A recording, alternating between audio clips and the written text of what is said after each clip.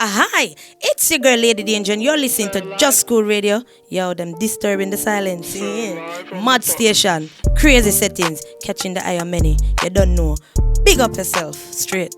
Just School Radio, disturbing the silence. Everybody turn it up loud, loud, loud. Just School Radio, mad dinner. Too bad. It's too bad, man. Just School Radio, disturbing the silence and catching the eye of many. Stay tuned. Yo, watching this is Skipper representing for Just School Radio. You know what I mean? Make sure you log on. You know what I mean? The baddest internet radio around town to the fullest. Global song. Just School Radio. Just School, man. That's the thing. Yo, check this out, this is Wayne, wanna keep it locked to Just School Radio. This one is a bombshell. For anyone that said that. Yo, you're tuned in to Just School Radio.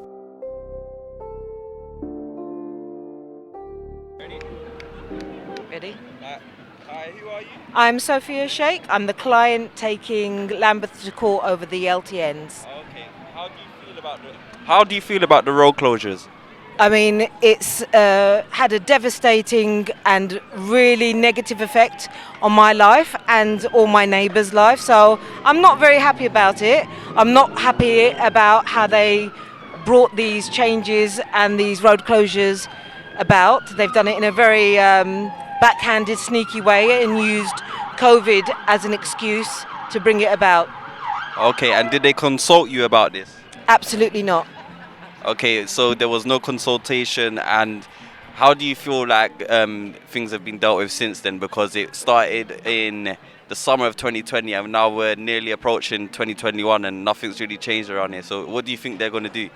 Well, we try to engage with our local councillors thinking, you know, they're representing us. But they just failed to listen. You know, we had meetings with them via Zoom. I was actually still in the hospital when I attended the first meeting.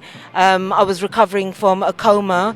I suffered from COVID-19. I was still in a coma from March right through till May, and I was recovering when I found out about them closing my road. So the first meeting that I took part in with the local councillors, I took part in from the hospital bed. And so we took part in with a lot of my local neighbours, about 45 of us with the councillors from my hospital bed. They said that they would listen, and they didn't. We then tried to engage several times via letters and emails and petitions, and unfortunately they just didn't want to listen to anything we had to say. So, you know, the only option we had then was to protest, and they didn't listen again, and it's led to us having to come together and fundraise and me take legal action, which is a last resort really, because it's really expensive. Okay, so can you give us some details about the legal action? What's going on? Okay, it's based on the fact that I'm a disabled resident and I have protected characteristics which have been completely ignored and they haven't followed. Well, they followed a very limited consultation to do with disabled residents. They've only consulted with RNIB, which deals with people with visual impairments, and that's all they did. They didn't consult with any organisations to do with mobility restrictions or anybody with any other kind of disability. So, being that I live within an LTN and it's now caused me a lot of difficulties moving around, this is the kind of things that they didn't consider when closing roads. Normally you have to take into account all of the ramifications it's going to have to your local area and your community when you're going to change a road layout. They didn't do that, and that's what the basis of my legal argument is. Okay, clearly not. As we can see, if you get a shot of what's going on right now, there's a whole heap of traffic. For example, if you was to go shopping and you was in this traffic, how would that make you feel? How would that affect your daily living? Well, it's turned a journey that used to take me about 6 or 7 minutes to usually about 30 minutes, because I can't drive straight down my road now. I have to go around a long convoluted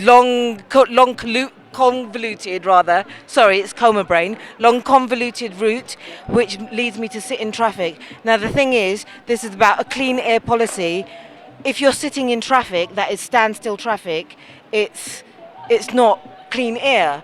You're sitting in traffic and you're causing more pollution. I already have a lung disease. I have a non-curable lung disease called sarcoidosis, and I have it in my lungs. It's tiny little non-cancerous tumours. Now, things like air pollution and air quality directly affect my lungs. It causes scarring on my lungs, non-curable scarring on my lungs. Air pollution and sitting in traffic is going to directly impact my health. So when I'm sitting in that traffic, I'm breathing in that pollution. If I'm sitting in that traffic for 25 minutes longer than I should do just to go to my local area, this is causing me ill health. It's a non-curable disease. It's a life-limiting disease. They're limiting my life. Why? For what purpose? To cause less traffic for a more affluent end of the street and push traffic onto the less affluent, more ethnic end of the street. I call that discrimination. Yeah, so do I. Thanks for your time. Is there anything else you want to add? I want to add that I don't discriminate. I want clean air. I just happen to want it for all. My policy would be roads for all. I'm not anti-cyclist. I want them to have safe, clean air, but not at the cost of others. I want it for everybody. Their policy is clean air for some and pollution for others. That's not fair. That's unjust. I'm about justice, not injustice. Okay, cool. So I hope your court case goes well and you win. And we want us to have no LTNs around here because it's disgusting. Yeah. I need people to donate to the GoFundMe page because I don't have £30,000. I need people to donate because I'm doing it for everybody in Lambeth, because this is not just about me. It's about everybody who do not want to drive and sit in traffic. There's nothing wrong with driving. I have a hybrid car. I have a non-polluting vehicle, and I specifically chose it because I am very careful and mindful about the environment. So we're not all devils, the people that drive the cars. The people that cause pollution and make decisions against half of the population are the devils, not the people that are trying to solve the problem. That's it. All right, thank you, Sophia. Have a great day. Thank you. Thank you, Anton. Thank you. Lion. Appreciate your time. Thank you.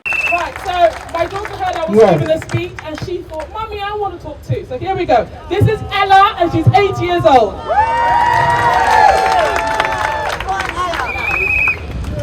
Every time I go to my grandma's house, it does always traffic and I don't like it. No LTN! No LTN! No LTN! No LTN! No LTN! No LTNs. Abby, thank you so much.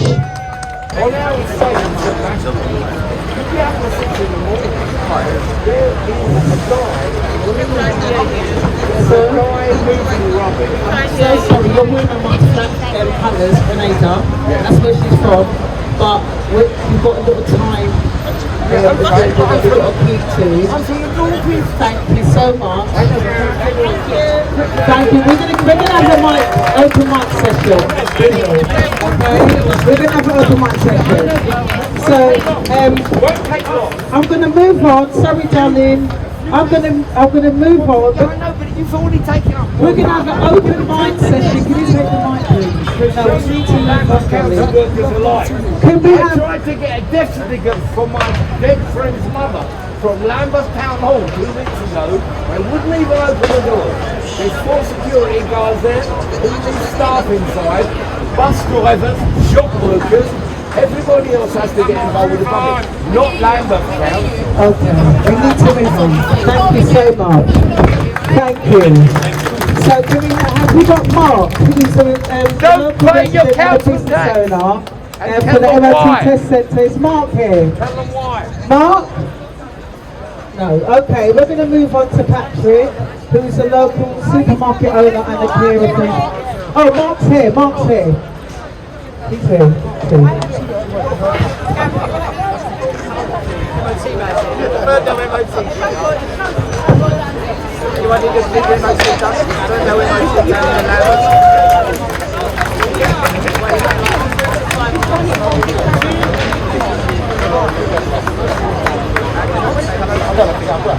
Hi everybody, I'd just like to say I've been working in I was born in Brixton, I was born on Ferndale Road. The business I run on Ferndale Road, I've been there over 40 years. I know I don't look that old, but I went there when I was 14. Kidding yourself, mate. Yeah, I know I am. And no one said anything to me. Tell a lie, someone came up last week Wednesday and said they were going to block the roads. They were going to put bollards in the road. And on Friday they came and blocked it. No one came and gave their compensation or nothing. Now, when they started blocking the other road, it's cut my business by 35–40%. Now they've blocked the road, it's cut it by around 60%. I don't know how much longer I'll be there. All of my customers are complaining, all of them. They're all coming late for their appointments. I've got a customer who's been using me for years on Bedford Road, and she came to my garage and she said, your garage smells cleaner than my front room. That's because of all the pollution on Bedford Road, on the main roads what are building up. So I'm a bit lost what they're really trying to do. I'm not much of a talker. Give me a spanner and I'll do work. That's about all I can say. So we need to stop them for our own health, We need to stop it. It's crazy. They're trying to force everyone on the high street to support the high street, but if you go on the high street, like we're here now, it's really polluted bad. I know it because I deal with pollution and emissions. It is polluted bad, and that's what they're doing. They're affecting all of us.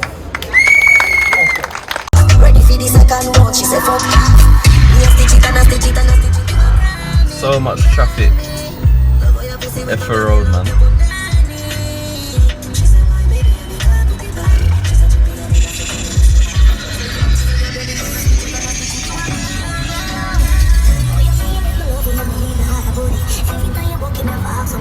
Look how long the ambulance is taking to get down this road, bro.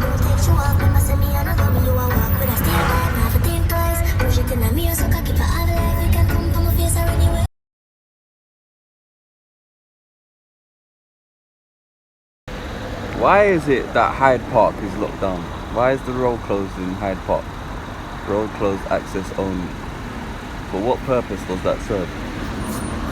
How is it helping the people of the land? How are you helping the public by closing the road? This right here makes no sense at all. Look. How can they stop people coming in? What? It's a restriction. I'm not listening. Cones here. And there's no roadworks going on, you know? Just traffic. This is in the park, Hyde Park. Road closed. Stambourne Way. What the hell for? Why? What does this do? What is this prevention for? Just road close. And these blocks in the town. Hey, how you doing? I'm trying to film the road closure. What are you filming, mate? The road closure. I just can't get out, Lord, look. Yeah, he's blocked in it. They're blocking the road. I just can't get out, man. Can't get out, can't get nowhere. Yeah. Look at the traffic as well, look. Bare traffic. Hey guys, can't get out, man. Can't get out. Right, come here, do you know what you do? Turn around now, go back one road, go down on Fox Hill and swing a left. It's blocked. It ain't blocked. I just went down there, it's blocked. Swing around, bro, go all the way back. Alright, come cool, here, bro. I've got a quicker from...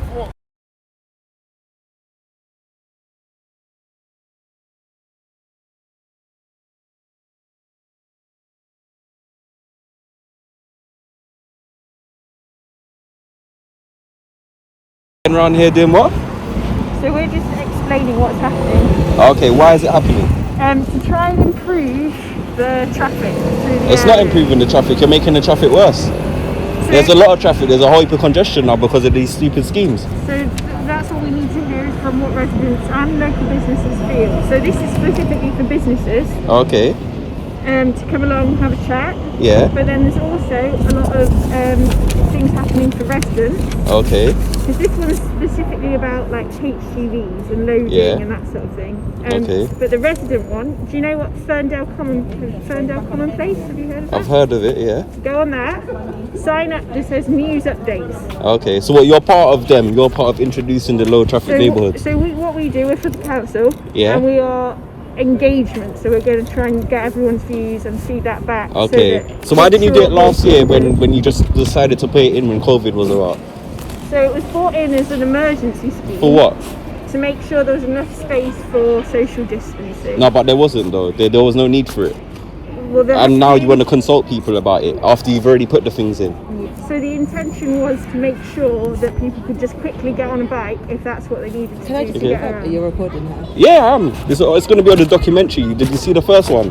The road documentary part 1. Yeah, I went around, yeah, because I done blood delivery. Yeah. Yeah, and you lot caused a whole heap of problems on the road with traffic, and I had to quit my job because of that. Okay. Yeah, so what you lot are doing is totally disgusting to the community, and nobody don't want it around here. Okay. So stop it.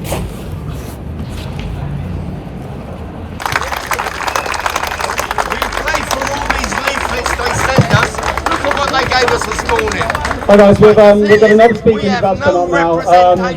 I'd like everyone to welcome up Patrick. Patrick is in quite an interesting and difficult position in that not only is he a business owner in Lambeth and so is affected in one way, but he's also a carer as well.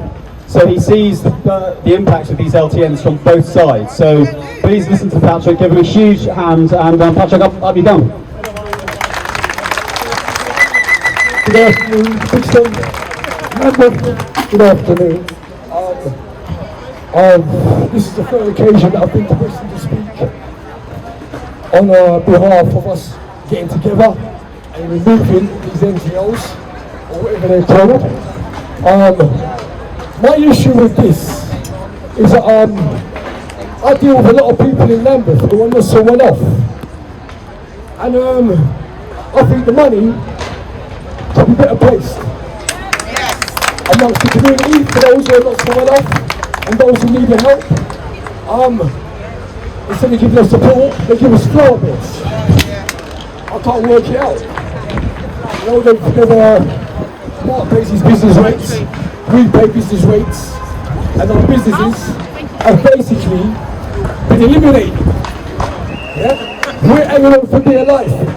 Other businesses ain't been so fortunate. A lot of guys are gone. People who I've seen in this manner for the last 30, 40 years, they're gone overnight. Yeah? Nobody wants to be held accountable for what is going on a local level. Yeah? They're talking about cleaner air, stopping people from passing through the area. Yeah? If people don't pass through the area, traders don't get any passing trade. These things are causing closures. Yeah? People who get up early in the morning, who've been working all their adult lives to secure their future in their old ages, about that little blanket and that little cushion whipped out from underneath them. Yeah? Because somebody over there has decided that they want to provide a cycle access for their friends. Yeah? It's not a case of democracy, it's a case of dictatorship. Not a case of what you know, a case of who you know.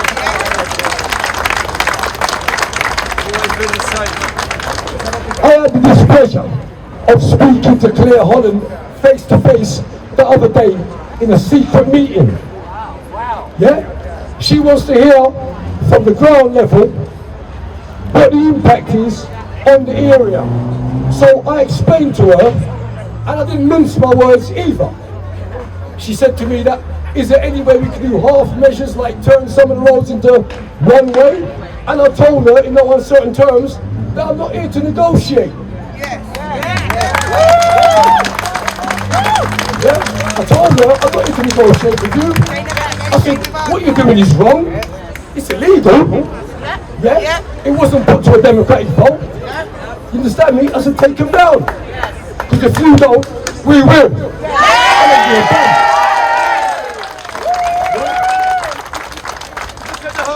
They put up LTNs at the end of my road. There's no more LTNs at the end of my road. Yeah? And without that opening, without that one opening in this area, yeah, we would be gridlocked up to our eyeballs. Yeah? Everyone's talking about cyclists. Yeah, I ride a bike, but I also drive. And for driving, I pay for the privilege. Yeah? You can't sell me a car today that you've sanctioned and you've taxed, and then tomorrow tell me I can't drive it down the street. I ain't having none of it. I'm not having a bar of it. Yeah? We need to reconfigure, regroup. We need to block these streets with people who don't agree with what's going on. To send a clear message to those people over there. Yeah? The people of London put them in power. The people of London can take them out. Yeah? Take them out. These people don't even live in the area. They don't live around there. Yeah? I'm on the ground. I can see the devastating effect that it has had to this community. Yeah? I see elderly people. The head midwife for St. Thomas's Hospital in tears because she can't drive her car to Tesco's to get her shopping. Yeah? And they're not going to allow her to take the basket from Tesco's down to her house. So how did she get round that without driving round the what do you call it, for however long to get to a destination that she can reach in a matter of minutes? That's right. Yeah? Then what they say to do is to cut pollution. You're not going to cut pollution if you've got me stuck on London Road with my engine running for half an hour. You're going to increase pollution. Yeah? It don't matter where you're polluting, it's going to come over it anyway. These councillors didn't do science in school, they did social. But honestly, I'm going to say one thing and we'll leave it at this. Common sense is not so common.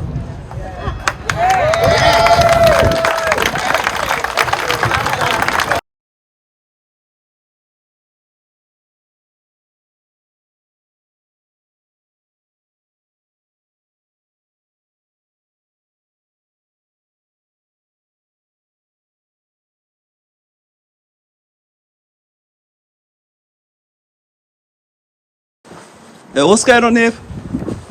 What are you not doing here? Just putting some signs up, mate. You're putting signs up? So you're blocking the roads? Not us personally, no, the council. The council, yeah? They're not blocking it. They are blocking it. So you can't go down the road, basically? No, I think what they're doing is they're having it curve round that way, aren't they? And then curve round that way. For no reason? I don't, it's down to the council, but yeah, it's no reason. Yeah, get on to them though, that's the best bet. No, I have. This is going to be in season 2 of the road closures. Yeah.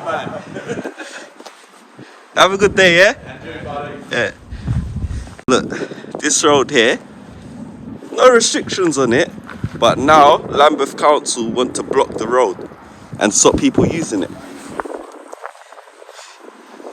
It says no through route ahead for motor vehicles, but it's a controlled zone for resident permit holders B and BI, yeah? And there's a one-way sign going up this road, but they want to put here that it's a no-through route for motor vehicles. Stansfield Road in Brixton. It's disgusting. Why they want to make more traffic and whatnot. It's unbelievable. And on the next road we have another contradiction of signs. because it says here Monday to Saturday, permit holders BR, BB, BIR and BIB, yeah? You can see what time it says and all that stuff. But then it says no through route ahead for motor vehicles. And it's got a controlled zone B and BI sign here. So, what sense does that make? What are they really trying to say? That people who live on these roads, who own these cars here, can't go down the road? Does that make sense? It makes sense to me. I know it don't make sense to none of stupid government and stupid rules they're trying to put in. Alright, cool. So when the first season started with the London road closures, this is one of the first planters that they decided to put in the area. Now they've moved it, as you can see. I don't know why they've moved it, but it's a good thing that it's moved. But even though so, they need to take the stuff off of the road. That's what I think, in my opinion, and I'm sure other people think the same thing. Yeah, but yeah, look. Why are they doing that? Are you videoing in regards to the LTN? Yeah. Right, I tell you what, if you go to I've gone round there. Yeah, they put it. Can I get your opinion for the documentary? My opinion? Yeah. This is making my life a living hell. Yeah. I'm a disabled driver. I live in the Tulse Hill LTN. Yeah. So to come out of my road, I've gone from having like 8 entry points to now having 2. Yeah, it's To disgusting. get down here to my mum, which used to take me under 10 minutes, it's taking me between 20 minutes and half an hour. Yeah. It's ridiculous. Yeah, it is. Yeah, you know what? This is a thieves' paradise.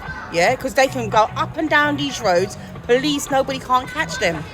Come on, do you know what are you doing? Yeah. I'm just so. When I drove down there, I just took pictures just to post it in the group. Yeah. I just took video as well of Okay. them. Yeah. Well, fingers crossed, roll on June. Yeah, the 24th of this I month. will be down at the square. Yeah. I will be down there. Yeah. So I'll see you then. All right. You too. All Take right. care. Bye. Bless. Yo, sir, who are you?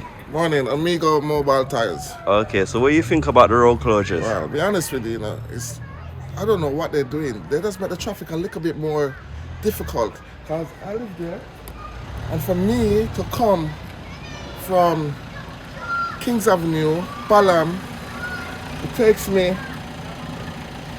a good 45 minutes to an hour if the traffic is heavy. The rest of it go on Ferndale Road. And I'm on call out, so sometimes I tell the customer, say, yo, I'll be there in 25 minutes, because they just down Kings Avenue or Balham. It takes me an hour and a half, so I don't even know what they're doing. Yeah. So they need to sort the road out. If they're going to make it into a one-way, make it to a one-way, but don't make it harder for you to come in and go out. Just look like Zack Tire Shop. Yeah. They make Zack Tire Shop was so difficult to get to. So it messed up the man's business. So I'm surprised they moved that box and put it up the road there. So, Mayor of London, they need to sort this crap out. I'm being honest with you. It's rubbish. It does make things difficult and hard for people to get to. Please, sort it out. Thank you. Have a blessed day. Peace out. Clearly, Lambeth is out to make money. Whole heap of restrictions and turn-ins that you can't do because they want to make some money off of you, bro. Set orders. Enforcement camera live.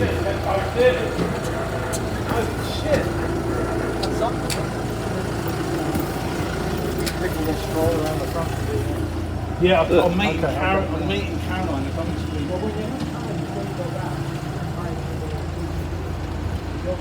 Clearly, we don't want these planters here. Look, some people have decided to write their own things on it. The free bulbs for Lambeth residents. I did not know that you could put your own type of information on a road restriction. Did not know it was possible. But yeah, they've got these things here. I don't know what for. So people can sit outside this lounge here. So let's read this. Experimental traffic restrictions in Atlantic Road, Industrial Road, and more.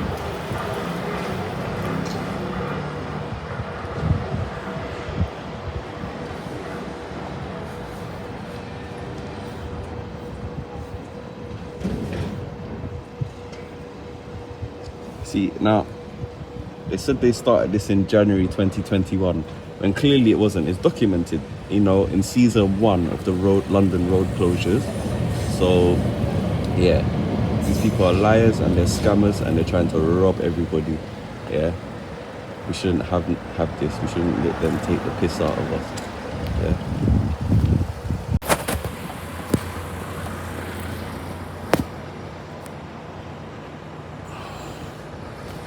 All of that for what? Now they've taken away another space for a disabled car user or a business to load their products or their shopping into their car or from their car or their van or vehicle because of something like this. What is this for? So you can sit and observe the people's business. I really would like, what's the explanation for these things? AKA park lots. You can park your bum, not your car.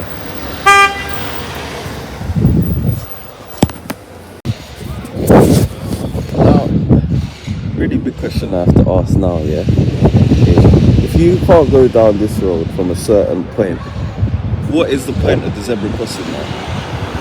But if this road, you want it to be on this road, rather than a car or a vehicle, why not just remove everything?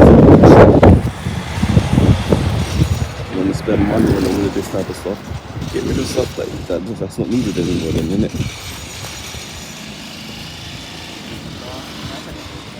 Because this is disgusting. It's all a scheme to take money from vehicle drivers and to stop people from having a car or a vehicle. Disgusting. So it says the road is open to school kids, people with children, people with illegal e-scooters or the normal scooter, wheelchair users and bicycle people. So the wheelchair sign is for disabled people. Now, I myself, I have a disabled badge. I'll let you not know that I've got some medical conditions which affect my daily life. So to me, this sign means that I can go through this road and use it with my disabled badge. So I don't understand this sign. And then you have one here, which is the go-through sign.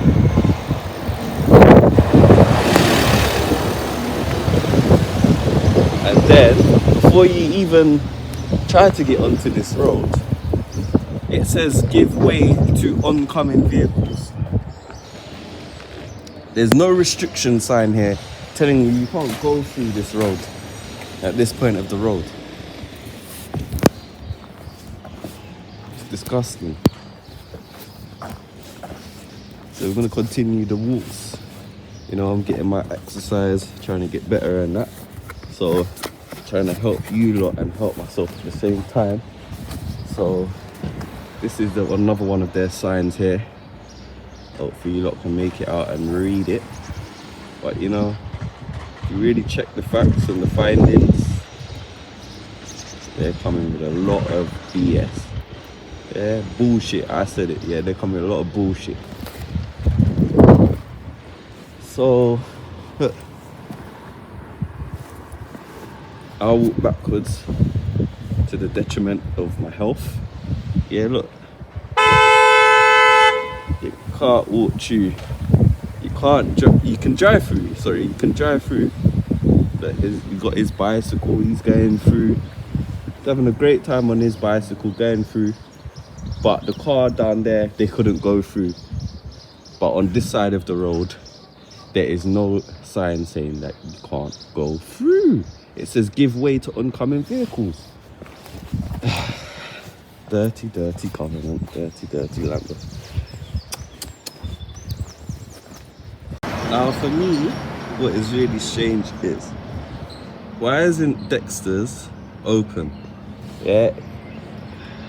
What time is it now? I'm not even sure what time it is, but probably like 10 or about near 11 o'clock right now in the morning. And the park isn't open for local, sorry, just cut there. The park isn't open for local people to use It looks a state, but they would rather spend money on blocking the roads rather than providing, you know, local entertainment for, you know, people, for children, for adults, whoever it may be that want to just go to the park and get some exercise maybe. They've restricted them. It's ridiculous. Look at this, man. Park, look, mash up. But they spend money on those parklets.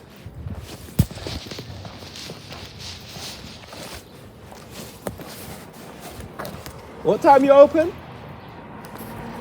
What time do you open? Open yet. Oh. It does say on the side, but not yet. When do they open? Soon, I reckon from next week or so. Oh, okay. Sorry about not being specific. Ah, cool. Now, except for access, what does that mean? If you want to access the road. So I want to access the road to go to another road. To me, that makes sense, yeah? So obviously 7.5 ton lorries shouldn't be going down there. But how do they collect their trash? I don't know the actual figures for these trucks and whatnot, but yeah, trash truck can go down there, but a 7.5 ton lorry can't. Okay. Another one again, except for access. That car going down there wanted to access the road, so it did, and it accessed it and it used it. These except for access signs make no sense. Just stop putting them up, man. Just stop trying to confuse people and make life a living hell, bro. Towards the road.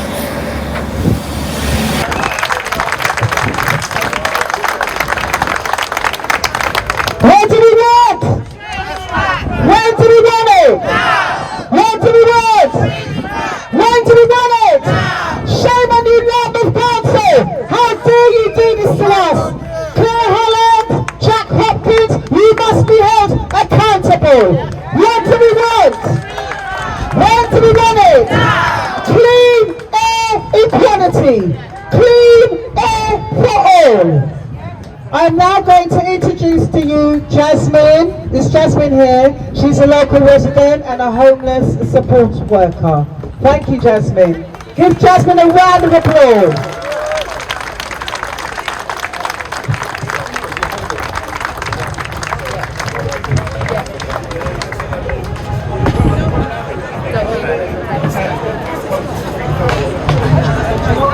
Hello neighbours! Hi, I'm Jasmine and I'm a lifelong resident of Brixton. I now live inside a low traffic neighbourhood in the Ferndale ward where I've lived for 20 years. When I'm out and about, I use various modes of transport depending on where I'm going and what I'm doing. I, like many of my neighbours, use public transport, walk, cycle and drive. I am also very environmentally aware. I hardly ever use air travel. I recycle, I upcycle, use minimal heating and buy most of my clothes from charity shops. I work as a homeless support worker. My job is to support some of the most vulnerable people in society, many of whom are out of borough transfers, and this involves meeting them wherever they happen to be, anywhere in London, and supporting them to transfer to their new accommodation. It's therefore a requirement for my work to have a car. I have colleagues that work outreach and engagement services to young people and rough sleepers, which are often carried out late in the evenings, so car travel is essential for them to do their job effectively and to keep themselves safe. I was born and raised in Brixton and love the vibrancy, diversity and genuine community cohesion living side by side people of all backgrounds and walks of life. And as a result of that, I've had the honour and privilege of learning about different cultures, their richness, but also their struggles through the people that I've met and interacted with over the years. However, over the past 10 years, I've witnessed the changing demographic of my hometown as short-term private renters move in to suck up the profits. I've seen so many new businesses pop up continually that predominantly appear to appeal to the new wave of residents. I've seen pedestrian areas like in Herne Hill appeal to mostly this same demographic. This is say what it is. They're white people. I'm really concerned that our long-standing residents are being ousted out and will feel further ostracised by the lack of consultation, and our long-standing businesses within LTN areas will not survive continued restrictions on operations of their businesses. I feel that the long-standing businesses in Ferndale Road, in particular Zack's Tyres and the MOT Test Centre, are being targeted and unfairly treated as their businesses relate to cars. Never mind the fact that they've been loyal to this town for over 40 years. If they're forced to close, I am really concerned about where they will go and what will replace them. We have an elderly population who rely on their adult children to visit them and take up essential duties to support them to remain independent in their homes. We have vulnerable and disabled people who rely on vital services such as home carers, PCT and GPs to visit them in their homes so that they can also remain as independent as they can. We have young people affected by risks of postcode violence who are fearful to travel on public transport and therefore have to rely on cabs when travelling out. As a woman and a mother of a daughter, I am also genuinely concerned for women's safety on side streets at night, as there will be no passing traffic to deter offenders. These road closures are affecting our most vulnerable members of this community, while the socially mobile benefit.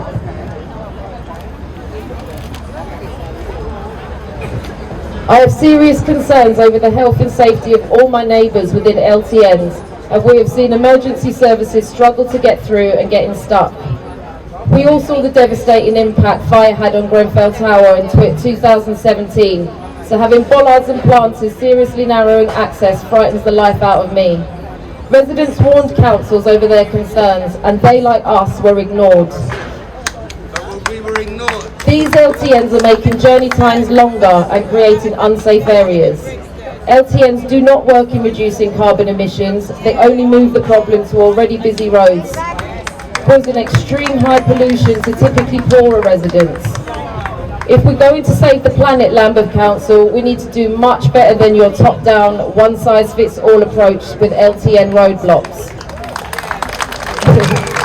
Our MP Claire Holland is making decisions from a position of privilege that serve the privileged, and failing to consult and acknowledge the struggles of real locals only serves to neglect and discriminate. You have shown us your true colours. Lambeth Council and the councillors we voted in to represent us have not consulted us on these potentially life-changing restrictions. They continue to block our efforts to voice our concerns and continue to ignore us. Instead, they implement more restrictions and find more aggressive ways to make car owners their cash cow. Lambeth Council, stop this gentrification. It won't save the planet. And consult and work with your constituents. We voted you in, we will vote you out. Thank you, Jasmine. Thank you.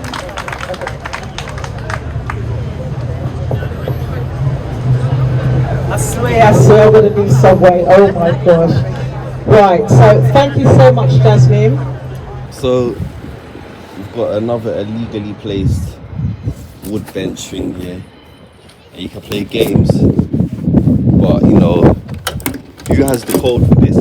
Why is there a lockbox on this? This is a public thing. Public thing to use. Why is it locked down like that? Wouldn't it be better to put the pieces on some rope or some strong metal or something that can hang and keep it secure? So I don't know the code for this and I can't use it, but it's meant to be for everyone. It's not for everyone. It's for them to block the roads and stop people using their cars. That's what this is for.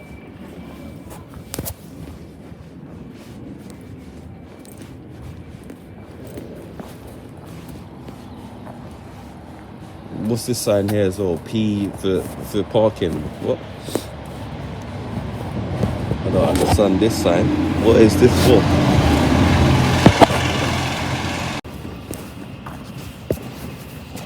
See? Another joke sign again.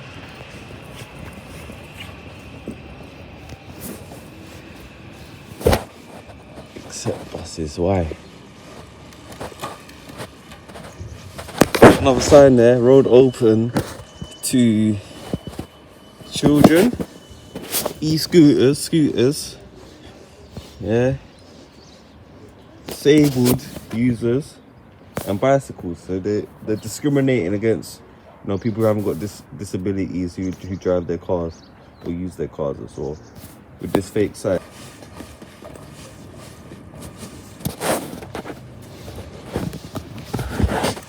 It's ridiculous.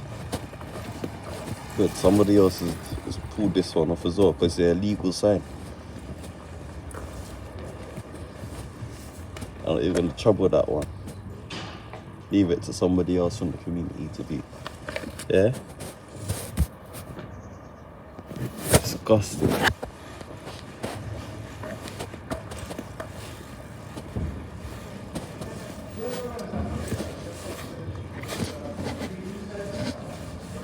So if you live in this estate, Herne Hill house, park your car in there, whatever. Come out of here, you can't turn left. So simply go out Brixton to where you've probably been doing that all your life if you've been living around there for that long or whatever. Like, it's ridiculous. Okay, who are you? I am Farah London and I'm running to be your next Mayor of London. Okay, so can you tell me what you think about the road closures? I stand against the road closures. I have been going to every borough to see the disaster it has caused, and I will remove the LTNs in all of the boroughs. Okay, so and the congestion charge, what are you going to do about the congestion charge? Congestion charge, I'm making it again from Monday to Friday, from 7 a.m. to 7 p.m. and £12, but guess what else I'm doing? I'm introducing a short stay tariff because I don't think anyone should be penalised if they're popping in and out of London. Sometimes they need to delivery, sometimes they need to pick up someone. They shouldn't be paying full day rate. Okay, cool. So why not 6 p.m? Because that's the original time. I know, it's because I'm introducing the short stay tariff as well. Okay, is that to leverage what you're doing? Exactly. Okay, cool. So when did you actually find out about the low traffic neighbourhoods? Did you just wake up and see it like everyone else, or? I actually got introduced to it. So I was obviously going to the different boroughs, and then different people were introducing to me what was going on, all the traffic in the areas. And then as I started learning more and exploring more, I was seeing this is happening all over London. It's a social divide.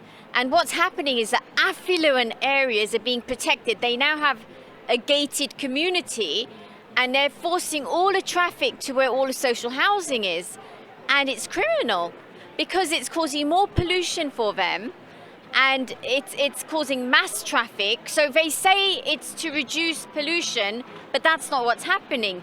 Even the emergency services don't have access, and some residents are even taking it upon themselves to put private padlocks so not even the emergency services can enter their roads. Yeah, I know. I myself, I was delivering blood, and I met that on many occasions. I'd go up to a planter, and then I couldn't go, and it would make me longer for the job. I'd be delivering an important body part like a kidney or something, and I would be blocked on the road. So this is totally upsetting that it's happening. Yeah, exactly. And an ambulance needs to save lives. So just imagine an ambulance's journey would have been 5 minutes, but now it's 45 minutes. That person obviously needs care. So is that acceptable? The fire brigade, the police, okay, in Islington, crime has now gone up because the moped thefts, they know where police can't chase them. So they are taking routes where the planters are because they know the police can't come. Okay, so if you got into power, would you make criminal proceedings against the people you put in those LTNs? I am going to now bring accountability into the councils. The councils have become mafia-led councils because they feel they can do what they want. They represent themselves. They don't represent the communities. So I'm going to make an appeals department in City Hall so residents and businesses can come and let us know what's going on, and they will be investigated. It's called accountability. Now, once there's accountability, you're going to see them start behaving themselves. Okay, thank you for your time. And what is your party again in your name? My name is Farah London. I'm an independent candidate because London does not need a politician to run London. London needs an independent candidate that represents the people. Okay, thank you for your time. My pleasure. Thank you. Thanks for the interview. Looks like another planter's going in. Let's go find out what's going on.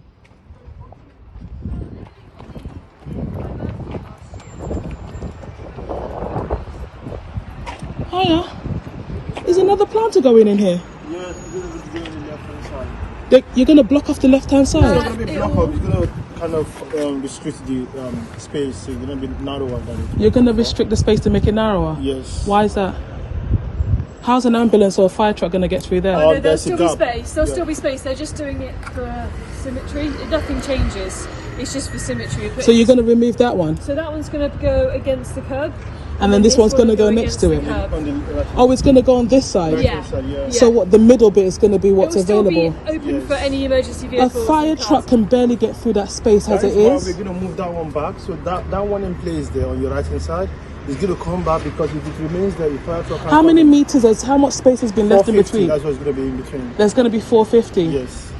Guys, can you see what's going on? Well, this is the plan we got from the council. I've just been emailed a council kind of agenda, and that's what the measurements say. Is 480, right? 480, yeah. 480. And then 5.5 from the curb in order for turning space. For turning space to go, what, left? What if they come in or if they go out? So people can still come out? Yeah, so from... Like normal regular drivers? Yeah, so you can come down this road and turn left. But not right. But what is wrong with the road as it is now? Although the planters are a complete waste of space, but why is there more amendments and more money being spent on this when that is already there? I think these were in the original plan. Also, they wasted money on this temporary one, and then this is a permanent one? No, so there was always meant to be two. We're Father Nature, so we're a gardening company that make the boxes, and they just call us up, and from what I gather from my boss and the guy from the council, we just hadn't had time to do these yet, so that's why we're here now. It's not that it's a secondary plan, it's just we're just so basically you're making this space that we just fought to get to this width for fire trucks to come in. You're now going to make this space narrower. You're saying it's 4 point whatever, but fire trucks already have trouble with this space as it is. So if you add another one, it's going to be even worse. And for ambulances, I'm in touch with Kevin. Can you please let them know, because of course. No, that's the really police is important, one thing, but fire trucks got stuck on the other end of this road. I know you've probably seen it in the newspaper, in the news or whatever. I don't know, but They got stuck on the other end, right? And it's the same road. There's loads of flats and houses here, yeah? A fire truck would barely be able to maneuver from Bedford Road to turn into this road as it is. Okay. If you stick another one here, how are they actually supposed to do a full turn into this street? I live on this street. I don't want to have a fire and the fire truck cannot get to me. Have you ever been in touch with the I've been in council touch with about them for a year. Okay. Okay? And this is really unfair. So for this to be going in now, it's ridiculous. This is already small enough. Like, this is ridiculous. So please, can you definitely raise your concern with them, because you can see, we have eyes, we can see that if a fire truck is coming from Bedford Road and needs to turn in here, they already need to maneuver this one that's already there. If there's another one there, how are they possibly going to come in? It's not that they're coming straight on and they can just maneuver. They have to turn. Do you see what I'm saying? If there was a road and they were coming across, then fair enough, but they have to turn. How are they going to turn down this road? This is a safety issue. So the way it kind of looks is you've got like the orange blocks where the planters are going to be, and then it gives you the space in between, and then the space from where that car is. So you're trying to tell me, if they're coming with blue lights on, blazing down the road, they will have time to just whiz through. They're not going to have to stop, reverse, move. They will have to slow down. They will have to maneuver. They will have to reverse, straighten up themselves in the midst of traffic going back and forth. That's going to delay time to people who's going to need them. How is that going to make sense? No, of course, you're completely right. That's not how it should be. We don't want to do anything that's So please, can you send that email to them to let them know that residents, a resident, I don't know how many people have spoken to you today, but that is dangerous. I am speaking directly with Kevin, who's the guy who's coordinating this. Has he actually been on site to see what they're doing? He's around now. I'll ring him. Yeah. We're not going to roll this out today. So basically the plan for today is we're building it, filling it with plants, and then it will go out. So rollout, I'll speak to him now. Can you come and actually have a look? And if you can imagine a fire truck coming from any direction of Bedford Road, you can see how much traffic. Imagine if a fire truck had to come through this traffic and maneuver through these two planters. How would they come through properly without them being vertical or to the planters, without them being straight on? Yeah. It's unfair to residents. We live here, like. Yeah, for sure. That would be raised up, Please do. Because even if we could put them at an angle to make that space wider, as far as even this one being there was already a problem. The fact that another one's going to go in, that means there's going to be more delays. So this one shouldn't be going in at all because it's dangerous. It is dangerous. It's going to take one fire. Everyone lives in flats here. One fire and they have a whole block of fires. How many fire trucks is going to be able to whiz through this? Of course. No, it's ridiculous. Honestly, I completely hear you. I'll raise it with them today. I promise you that. I'll leave it. We really don't want to. Me and Baba, we don't. You will get opposition from the neighbours. You will. Yeah. Definitely. Well, we've had a few people who are happy in terms of how quiet the road's been. Wonderful till there's a fire. Yeah, of course, I completely hear you. And we're not going to wait for that to happen. People to die before we all speak up. No, it's about sorting out before that. Exactly. It's such a shame that we live. I believe that we live in a democratic society. I truly believe that. This is what I was brought up in. And I honestly cannot believe that a council can come and put these planters in the middle of the road, put cameras up, without speaking to us. There's something terribly wrong. To this day, I don't get it. But come June the 9th, we are going to take Lambeth Council to court. And we are going to get justice. And Lambeth will have to hang their heads in shame. Because we have had to fundraise to find nearly £30,000. We already give our money towards council tax. We already pay our residents' permits. We already pay for all the services that we get. But we still have to raise money to go to court. No. Something's wrong there. Something is terribly wrong. Where do we want? When do we want them? What do we want? When do we want them? So we have another contradiction sign here, which costing petrol is driving because to go onto the road, it's a one-way road with no sign warning you that this road is closed. Literally not on sign. So it says 20 toll. Yeah, look.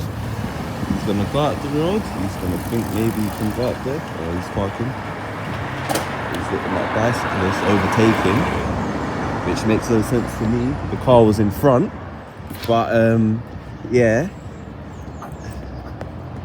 There's just no sign indicating to you that you can't go up Shakespeare Road from Her Street until you get into the middle of Her Street. Which makes no sense. Who decided to put these plans into? Who authorized this? What idiot done that? Because you're an idiot. Yeah? Shakespeare Road and Road to Road closed to through traffic except buses. So what essentially you've done is make these people come up this one-way road and then go back around to come out. That's all you can do around here. When they're saying rat runs, yeah, that's what they're really trying to treat us like, rats in a maze. Now they've got that sign. It's not faced properly to a road user. Come up the road, and it's all the way over there. all the way over there. Hurst Road is over there. So that sign should be before you get to Hurst Road, but it's not. It's at the park. Face more towards the park. Yeah, towards the people inside the park than the people on the road. Contradictions upon contradictions around here. I'm telling you, it's ridiculous. Alright, cool. So if you missed their dodgy underlined sign, you know, with the road user's eye, then yeah, you would be coming up to past Meath Estate, Hernhill, and you'd be arriving at Regent Road, and you wouldn't know if you wanted to go through and get onto Shakespeare Road because of their restriction that you're not allowed to do that. And you could face a PCM because they're saying they've got live cameras. So yeah, it's not nice, is it? How these people are treated. Remember people on the 24th of April 2021 at the Windrush Square, Brixton, from 2 p.m. There's going to be a protest so you can voice your opinion, and it's going to be in the documentary. Okay, season 2 of the London road closures. Another foolish sign except for access. So it's okay to access it, this sign is saying, but further down the road it's saying that you can't use Shakespeare Road, but you can access this road and use it. Yeah. Bullshit. Another contradiction of Milton Road, one of the roads from before. There was a sign at the bottom of the road saying access only, but at this side of the road, yeah, with the speed markings and that, yeah, it's saying no, but nothing about access. It's just a normal road, like a normal road should be. You just go on the road. These people, man, everything is a trick with them.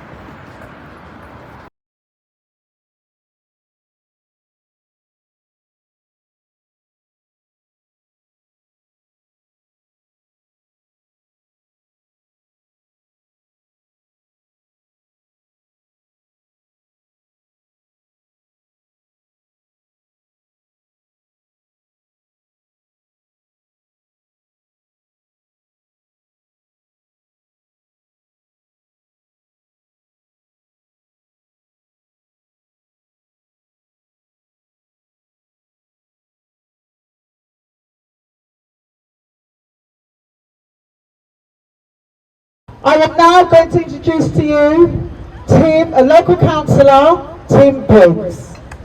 Come on, Tim. Give him a round of applause.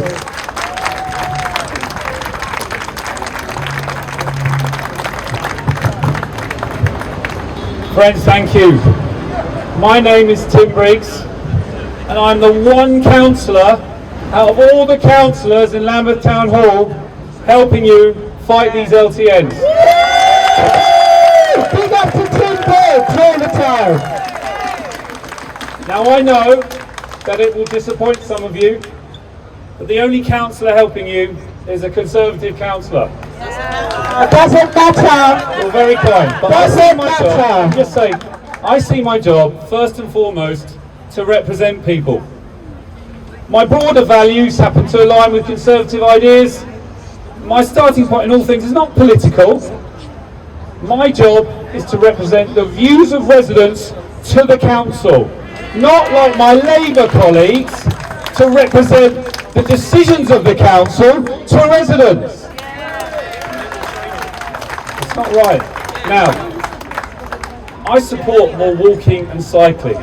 There will be more walking and cycling over the next 10, 20 years. But the problem with LTNs is very simple. They don't work. They increase pollution because more gridlock traffic means longer journey times, which creates more fumes. It's very simple, very simple. So if you are disabled, elderly, a business, a key worker, if you have family and you want to take them places, if you're a carer, if you have relatives or friends outside London, if you're in need of emergency services, these LTNs will have really had a massive impact on your life. Now, people on lower incomes tend to live nearer main roads where the rents are lower, a greater number of whom are black and ethnic minority.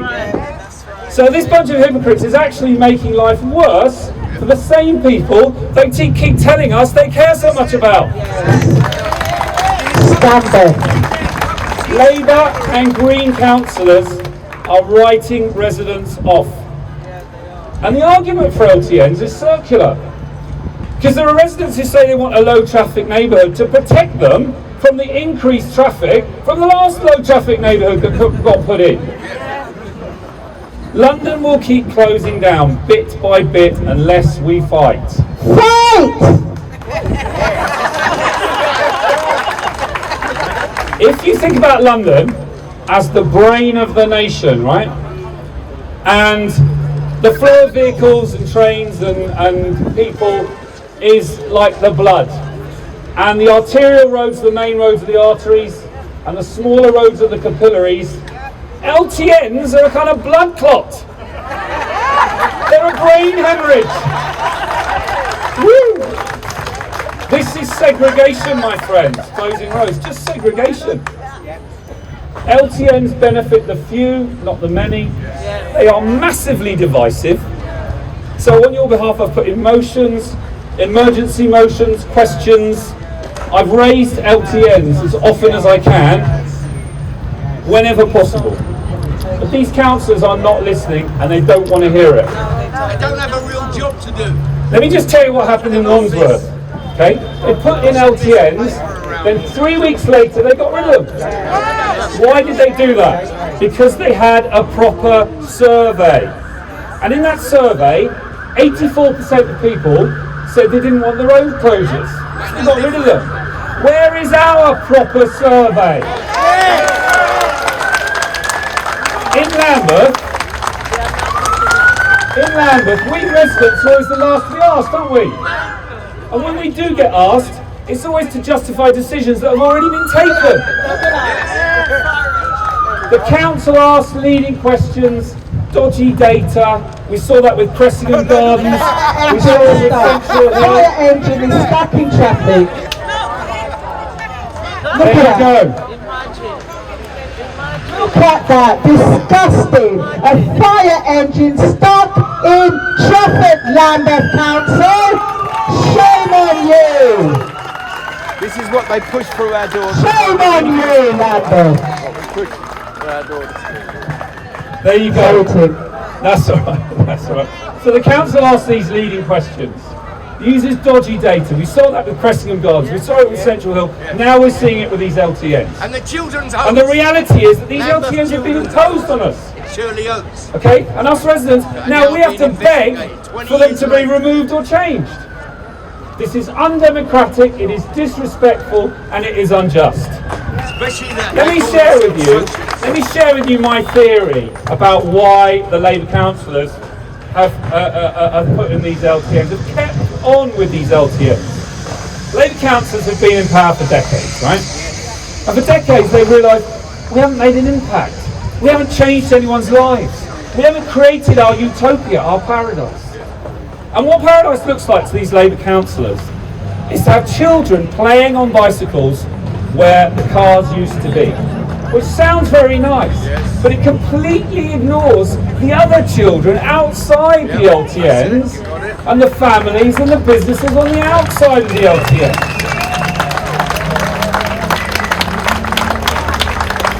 But this is what the cycling extremists and the racist tweeters in the cycling lobby have been saying to our Labour councillors for years. In council meetings on transport that I've sat in on. And the Labour councillors, they've lapped it up because they've literally been handed their utopia, their purpose in life. They've suddenly gone, this is it. This is the thing that will make a difference for us. Okay? But they don't care about the actual impact of LTNs if they can hold on to their dream. Because they've calculated that whatever they do, whatever they say, whatever risk they take, you, the people of Lambeth, will still vote for them. They think you will still vote for them. But you can send a message to these Labour councillors. Okay? The mayoral elections on 6th of May, you have 3 votes. So make them all for anti-LTN candidates. Now, I'm a Conservative. I think you should vote for Sean Bailey.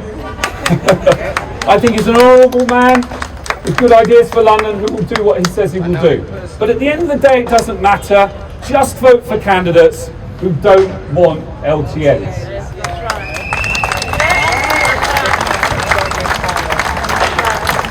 Because after this election on the 6th of May, the Labour activists will look at the votes in each ward. And if there was a Labour majority, say 1,700 in a ward last time, and an anti-LTN candidate in that ward last time got 400 votes, and you can get 1,000 votes from the Labour candidates, from their 1,700, and get those votes to the anti-LTN candidates, suddenly the anti-LTN candidates got 1,400 votes, the Labour candidates have got 700 votes. In a safe Labour ward. It's been a Labour ward for 40 years. Wouldn't look good on Sky. How long do you think LTNs would last if they could see that kind of change was possible? There was recently a leadership challenge to the Labour, the Councillor Jack Hopkins, Councillor Claire Holland regime that nearly succeeded. Why do you think privately some Labour councillors are trying to get rid of their leadership? Because they know that this LTN issue could be massive, could really affect everything for them. So over the next year, there's going to be a lot of dirty tricks, a lot of smears, the usual stuff. Keep the pressure up, okay? Ignore them. Ignore them. We have to stay focused, we have to take courage, and we have to keep going. Because there is hope, my friends, there is hope. The court case that you've heard so much about today gives us hope. Please donate money to the court case if you haven't already. The mayoral elections give us hope for the reasons I've just explained. Use your vote. 3 weeks ago, Harrow Council got rid of all of their LTNs. Ka-ching, tick in the box. Yeah? There is hope. That gives us hope. Oh my God, This is a stuck in traffic. Listen, this is a popular uprising that we see here today in the best traditions of our country. No violence, a lot of frustration, yeah, particularly online, a lot of frustration, but no debate at all in the place where we should be having the debate, in Lambeth Council, because the Labour councillors don't want it. But that is their downfall, because ignoring the strength of feeling that we have on this issue, on these LTNs that are dividing our communities, is not an option. We are not going away, the traffic's not going away, the pollution's not going away. They need to listen to the residents of Lambeth. So when we leave here today, my friends, when we leave here today, go home to your families, your friends, your neighbours, your work colleagues. Tell them not to vote for Sadiq Khan on the 6th of May. Tell them not to vote for these Labour councillors next year in 2022. Because those of you have realised that the status quo of just closing roads in London doesn't work. You have seen injustice presented as something normal. And by being here today, you've called it out for what it is, the social injustice of LTNs.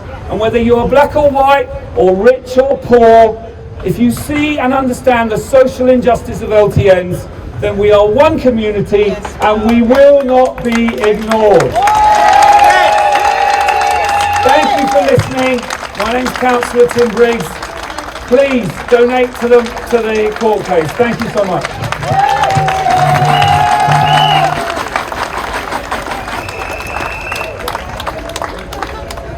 Now lockdown is over, yeah? Lockdown is over. You wear the face mask, allegedly you wear the face mask to protect you from COVID. Yeah, and everyone's meant to wear one in the public space. if they're not exempt.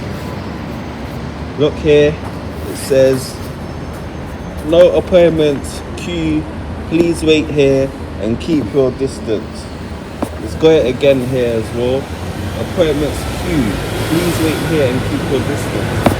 Dear customer, please wait beyond the line to be called. Only 2 customers allowed in at a time. Rare tear, you can read the rest. If you can't read it, get someone to read it for you. Yeah?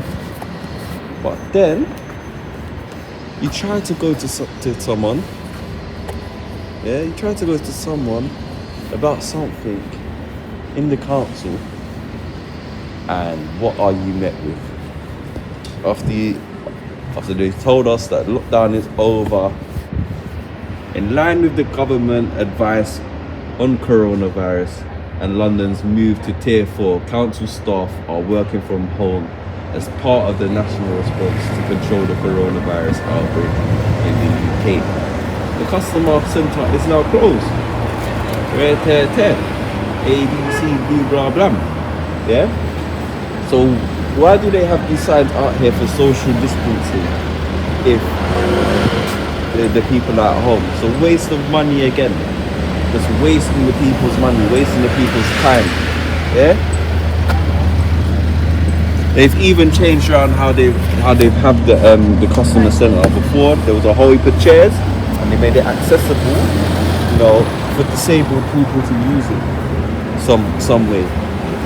They have another entrance. And now they've blacked out the windows. If they're really close to see what's in there. And they've changed around the whole place. They've got rid of the chairs and you can sit in the front. And they've done what they want to do. As normal. Councils do whatever the fuck they want to do. They don't care about you. They don't care about us. Straight, I said it.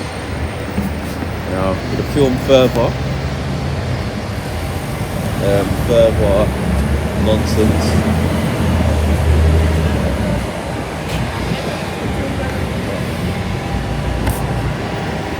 So, they film the further nonsense.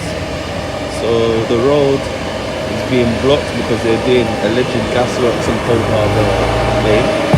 Yeah, it's taking quite a while. And it should have been sorted by now. It's not. It's not. And it's disgusting. So, yeah. They blocked the lane. They blocked.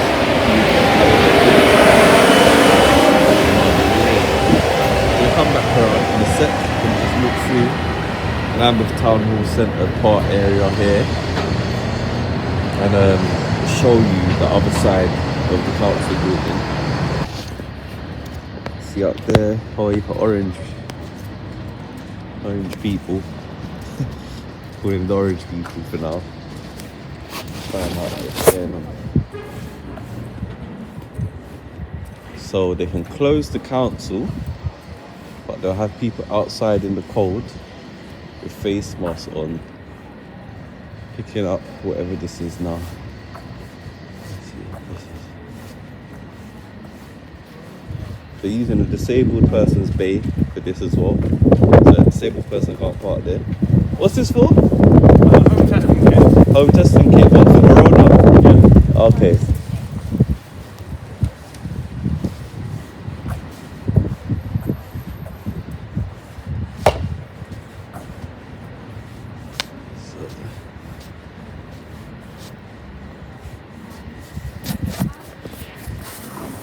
Okay.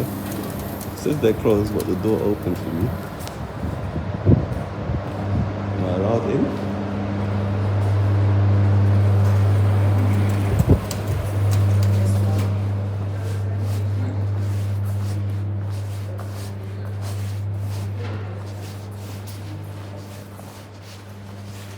Hello? Hello, sir.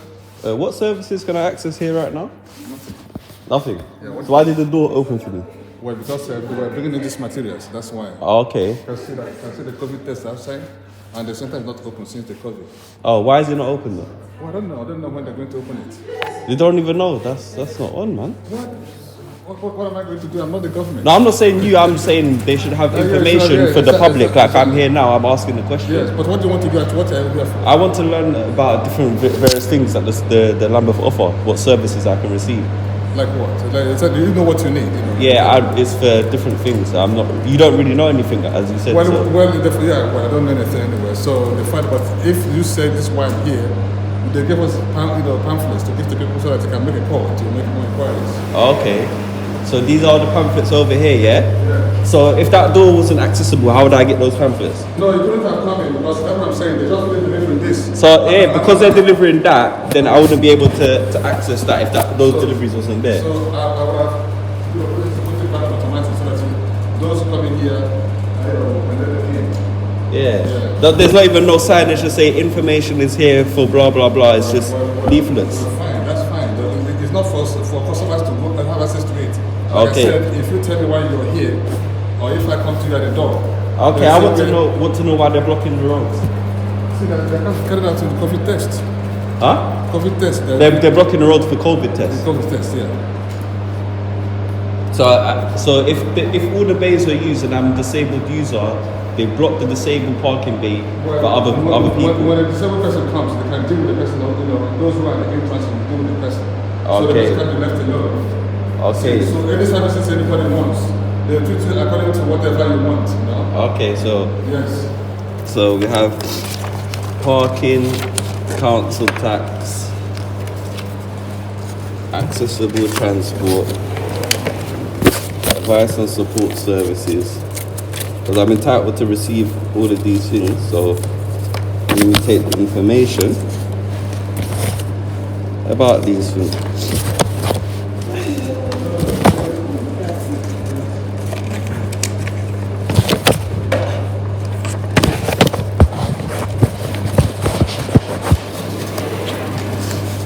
Alright, have a good day, eh?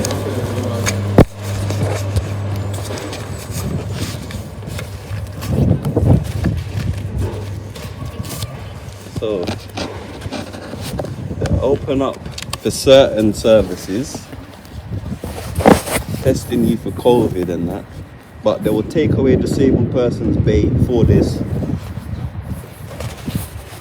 And then tell you can't access the council building, but I just walked in there by luck, by sheer luck, because they've got deliveries of materials, and the information, you know, regarding what help you can get is inside the building, and you can't access it, yeah, because they're doing their work, so they're saying you can't access it. But I was able to access it randomly, yeah, because they had a delivery today. I tell you, this is fake, people. You gotta get up and stand up for your rights and spread unity in the community. This is Anton Tubad DJ for JUSCOOLRADIO.com. Yo, so who are you? My name is Dimples, also known as Angela. Okay, so how do you feel about the LTNs? Oh my gosh. You know, my first problem, and it will always be my first problem, is that this was all done with no consultation. It's not democratical at all.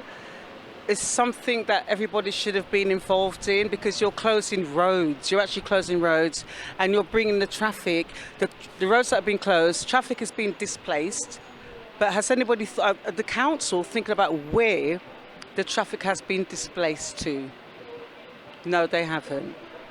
Okay, so when you did tell the council about how you felt, you was on the steps of the town hall, we done protesting and whatnot. What did the council say to you?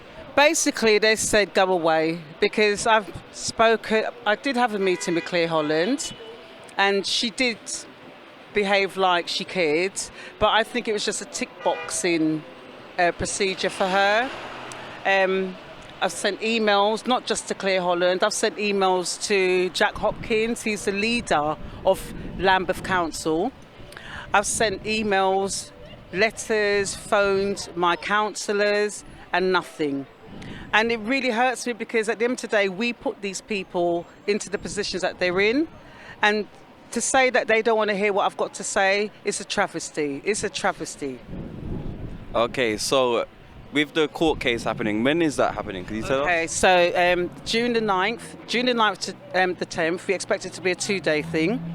And we have got a strong case. I don't understand why Lambeth is allowing it to go this far, because, you know, one of the things that's really hurtful is that, you know, going to court takes a lot of money, and Lambeth are using our money to go to court. The next thing, we know we're going to win. So when we win, they're going to have to pay out £35,000. Where is that money coming from?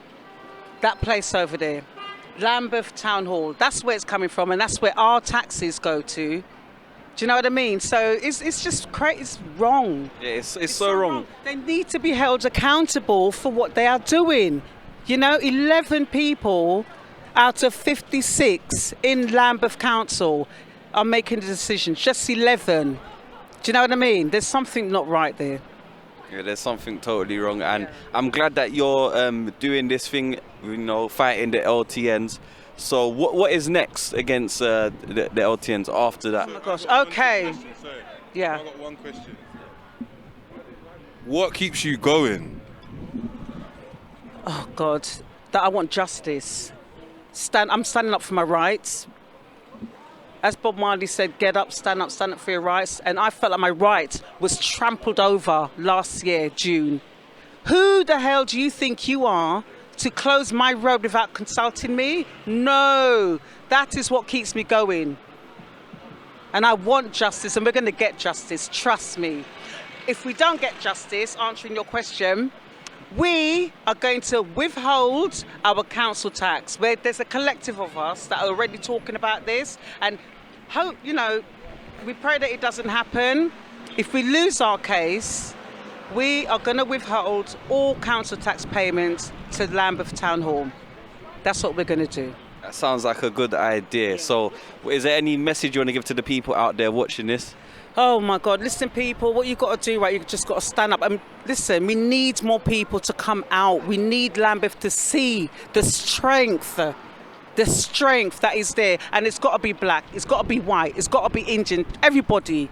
We're a community. Brixton is a community, and the people are trying to gentrify Brixton in their own little sneaky way. So what you've got to do is come out and show your face, make your voice heard.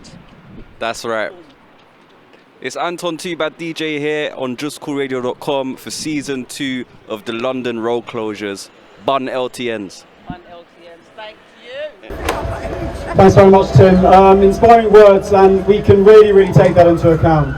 When it comes to mayoral elections, make sure you vote for someone who is anti-LTN. And that very much seems like a completely seamless link into our next speaker today. Great pleasure to introduce and welcome Farah, who is an independent candidate standing for mayor. She has tirelessly gone and visited pretty much every single borough in the whole of London, talking to them about LTNs, talking to businesses, discussing with them, trying to find out what the issues are, and she stands on a no LTN platform. So without further ado, a huge round of applause for Farah, and we can't wait to hear what she says.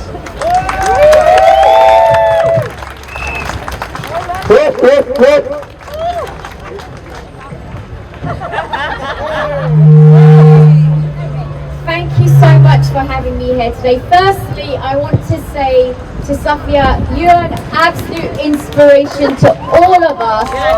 Thank you for fighting for everyone here, and we all support you. Now, I have taken the time to visit all of the boroughs, to talk to the residents, to talk to the businesses, to see what the LTNs have done, and it has caused mass destruction all over London. I cannot begin to explain the things that I have seen. I have seen councils making millions and millions of pounds from fines. Enfield Council, within 3 months, has made 1.8 million in fines. This is just giving you an idea of what is going on. Islington Council, residents are being divided, and in one particular street where there's a bollard, a private resident has put a padlock on a bollard, so not even the emergency services can get through. So this is telling you the extreme measures that residents are going to keep the LTNs. But what really saddens me is seeing how people are suffering. In Northern Forest, we obviously depend on carers. Vulnerable people depend on carers. But unfortunately, carers are now spending less time with the people that need them because they're stuck in traffic. And that is why we need to get rid of the LTNs. I am the only candidate that is standing strongly with you and committing that I will remove the LTNs. No other candidate is giving you that commitment. But I stand here to tell you, I will remove the LTNs because they are unjust, they are unlawful. Now what's the problem? The councils have stopped listening to the people. They have forgot their job is to represent all of you, but instead they're representing themselves and their own agenda. And it is time we send a message to all the political parties that we will not take it anymore. London should never have a political mayor. We need an independent mayor that stands for the people, and their agenda is the people's agenda. And that's why I am standing, because I am fed up of seeing how politicians ignore the people and do not represent us. I have heard so many stories, even in Brixton. I had the pleasure to walk around and see the problems. And in particular, Zach, are you here today? His business has been here for so many years, and just seeing what is happening down that street, they're forcing him to close. And it makes me wonder why. Could it possibly be that they want the land to build a high-rise? Let's be honest, that's what the plan is. But we can see through what their plans are. And people have the power. All of you have the power. Now, it happened in Wandsworth, but the people spoke. They were removed. Now Harrow, I have been campaigning in Harrow a lot against the LTNs. And guess what? The people spoke and it was removed. And one by one, as your next mayor, I'm going to stand with you to make sure they are all removed. We are not Amsterdam. We cannot cycle and walk everywhere. And they need to understand that. There are more intelligent ways of dealing with pollution. But penalising motorists is not the way to go, because what we have seen is increased pollution, more time in traffic, and livelihoods of people suffering. So I want you to not give up the fight, stand together, because all of you have the power, you have the vote. So send that message that we will not take this. We will take back control of our streets. Thank you so much.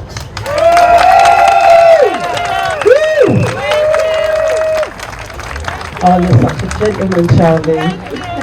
Thank you so much. Thank you so much, Farah.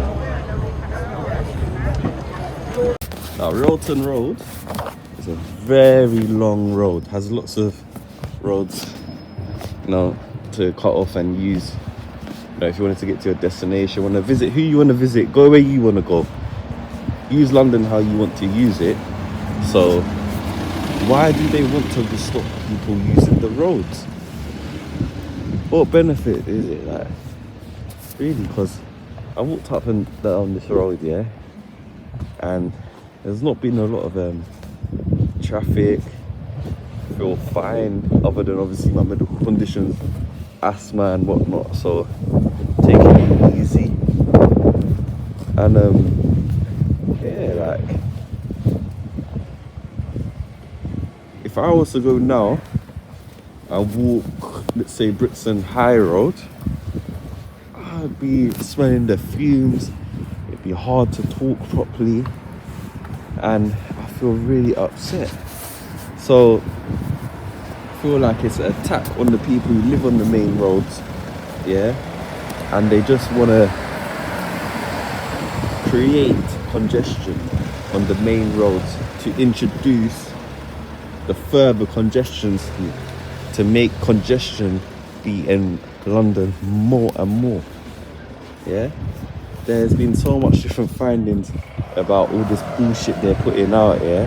For example, Mercedes giving back diesel owners of a certain year money back because they was lied to about the emissions and stuff like that. So there's many findings of this being bullshit, and that's why I have to film and show you like this, because these people who run the area we live in are taking the piss, and if they continue to do so, I feel like we shouldn't even listen to them anymore and do what we want, like how they want to do what they want. They say that, yeah, you consult people at this time and this time, and they don't actually do that. This here says road ahead closed. This is here for what? This thing here, what's it for? There's no reason to be there. It's making it harder for people to get around. So, started off on this road with it saying it's closed, but it's only that part of the road closed, and not the turning to go left onto Mayall Road or the turning right to go onto Mayall Road. So if you was new to the area and was looking for somewhere, I don't know, if you wanted to, example, move into the area, then you'd think, how am I going to get around here? I have to go all the way up that road, turn left, and whatnot. It makes sense. So yeah, look, for example, there's a house that's sold here, yeah, and I'll use that for example. So for that person, if they just say they bought the house off the internet, they've never been to the area, they would have saw that sign up there, and they would have had to go around all the way down that way, or go back, turn around, go down that way, come down that road and come back up, just because of one simple sign telling you the road's closed, and it's not actually closed. So yeah, we're at the point of Shakespeare Road where they're saying enforcement cameras are live. Okay, and somebody has sprayed out this illegal sign that has been posted on this road closure. Now, I'll tell you why this is an illegal sign. Because it's an illegal sign, there's no sign in the DVLA book about driving, yeah, where this is a proper sign. This is not no illegal sign. This is an illegal sign put up by people who want to implement road closures, aka the cyclist lobbies and people like that, who want to force people to not use their cars because of their ulterior motives. So, to me, I'm gonna be driving down this road. I don't care from now on. Yeah, I don't really come up this way anyway. But if I do pass around here, I'm coming up this road and I'm using the road. So that's what I pay tax for. Yeah, road open to people with kids. Yeah, that's what it's showing. Or people walking with a kid. People on a scooter. Yeah. Even though this sign up here shows a motorcycle and a car are banned from here, why can a scooter go through there? And disabled people and bicycle people. So I see that sign, I'm going to go through.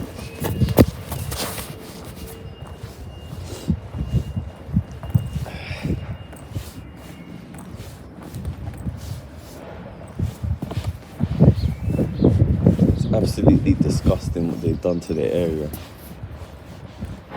Causing so much traffic, adding 45 minutes, 50 minutes onto people's journey, especially essential workers like people, mechanics, tire people, delivery drivers. I myself, I was delivering blood, and they made it so hard to drive in the day that I stopped working in the day from a certain point and then signed back in at night time while I was doing that blood delivery job.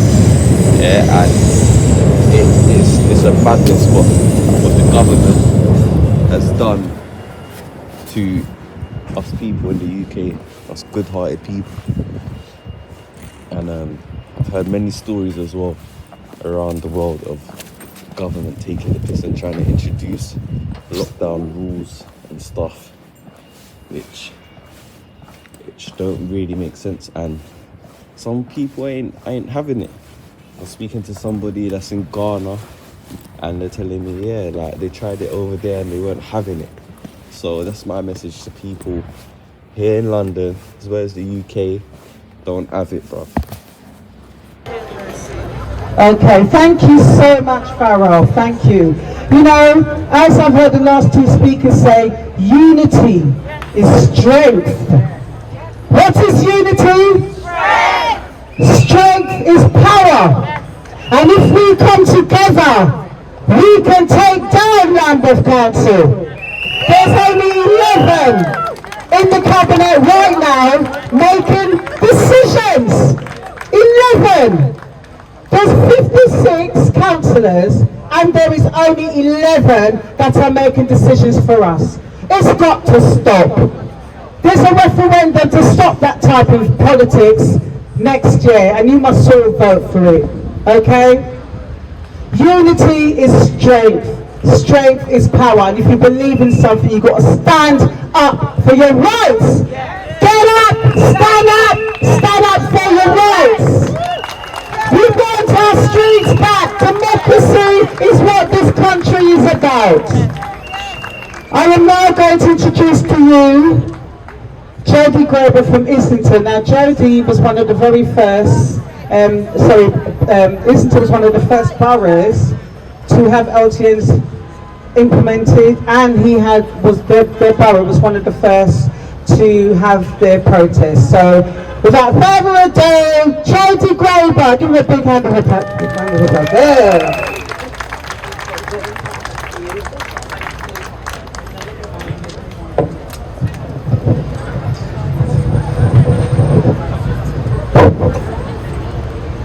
Hello Lambeth, alright? Come on! This is it. This is it. This is the start of something that you guys can actually change. When people just get a paper plate and write on it, open our streets, our children will die from pollution, stuck in traffic, that is grassroots. That's where it starts from. You got a paper plate and you wrote your sign on a paper plate, okay? Well, Jesus is there with all of us, but yes, okay. God bless Jesus. Yes. I'll have a drop of Peckham Spring while I'm waiting then, yeah? From down the road. So, in Islington, one of the first boroughs to implement these LTNs, okay? It's exactly the same in Islington. You take it to Lambeth, you take it to Hackney, you take it to Camden, Waltham Forest, all the same. Same thing. They wake up in the morning, the roads closed, bollards, cameras, then you get the feedback. You go to the councillors, your local councillors who have took your vote for granted every time. They think, oh yeah, they're Labour, they'll come out and vote for me because I've got a Labour rosette, da da da da da. And then all of a sudden, your councillors don't listen to you. And you're sitting there thinking, what am I paying these crooks in this town hall for? What am I in my council tax paying for? What am I paying for? When you don't, the people in that town who you elect, who you go and do your civic duty and vote them in, turn around and don't listen to you. Okay? You know what you get? You get people like me, who wasn't even political up until last summer. And now all of a sudden, as Patrick will tell you, now all of a sudden I'm standing as an independent councillor for Islington Council in St Peter's Ward, okay? Yes, woo! Woo! Because if I can do it, and I'm not even political, the only thing I do is love my borough and love the city I live in, okay? So if you love Lambeth, and you love London, then you can do what I've done. Costs you nothing. Okay, to stand for election, you need 2 people in the ward to nominate you. And then you get nominated, you get your forms filled in, you become an official candidate. The rosettes cost a few quid, flyers, pay for it all out of my own pocket. But we've got a group of people around us, One London, the Lambeth group, the Hackney group, they're all behind us, all with information and pushing this forward. And this is a movement, and if I get in, and I really hope I do, because on the 6th of May, when we're at Ali Pali having the count, I want to be elected in St Peter's Ward to show you people, to show you that yes, you can do it. As a grassroots, you can do it. Doesn't matter what colour skin you are, whether you're old, you're young, what you do for a living, it don't matter. You can stand for election. You can go in that town hall, you can sit in that chamber and call them out for what they are. Crooks. That's what they are. They're crooks, and all they want to do is take. They want to take your money by a predatory charge. How many of you got PCN? How many of you got parking ticket going through these LTNs? How many of you got one? How about the school streets? How many of you got one from the school streets? Hey? And what does that stop? Doesn't stop the kids getting run over, does it? No. Because the school streets today would just get a ticket 3 days later. So how's that helping children? It ain't. It's helping the council fill up their coffers. Okay? And you're sitting here now, look at it. The traffic going up Acre Lane. The traffic going up there. We've seen the ambulances get stuck. But then they tell you, oh, don't worry. We put the LTN in. It's all going to vanish. It'll vanish. It'll go poof. And it won't go poof, I'll tell you. Because it doesn't go anywhere. It sits on these roads, and the poor people who live on Acre Lane now, in them houses there, have to have this noose of pollution right round their neck all day long. And the council will tell you, no, it's okay because it's a main road. No, it isn't okay. It isn't okay whatsoever. Pardon?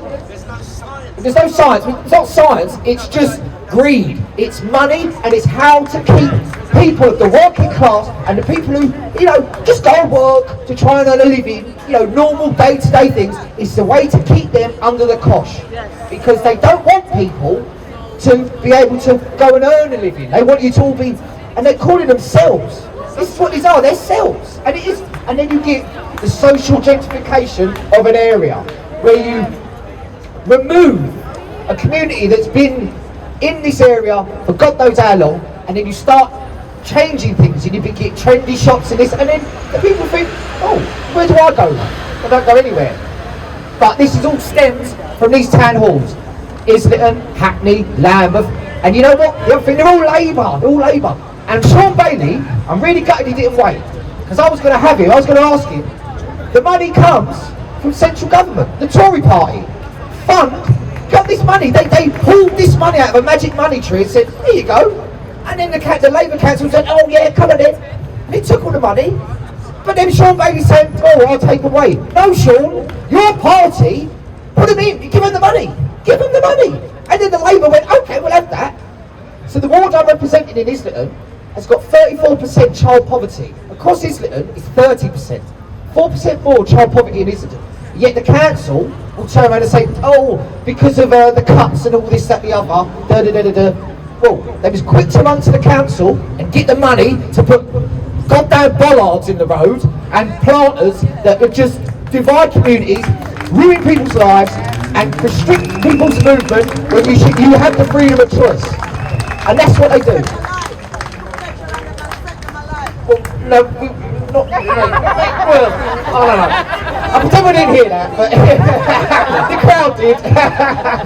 But so that's me done. So I'm hoping on the 6th of May that the good people of St Peter's Ward in Islington actually vote for an independent. Think, you know what?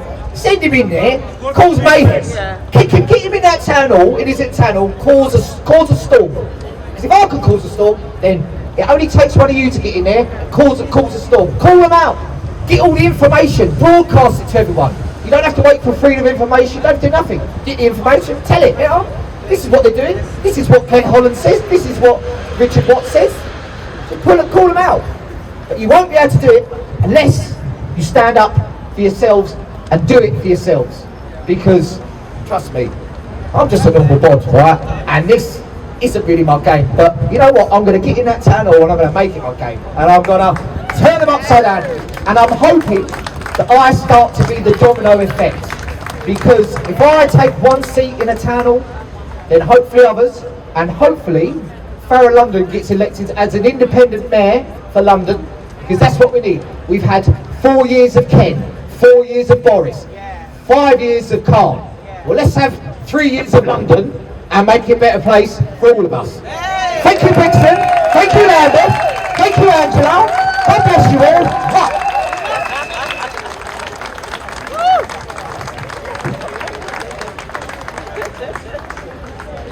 Perfect, Robbie, absolutely fantastic speech. Okay, look, Spencer Road. They all should have that same sign, you know, if that's what they want to do, you know, through route to Shakespeare Road, blah, blah, blah, blah, ABC, yeah? But they've got exit for access. That's the only sign on the road.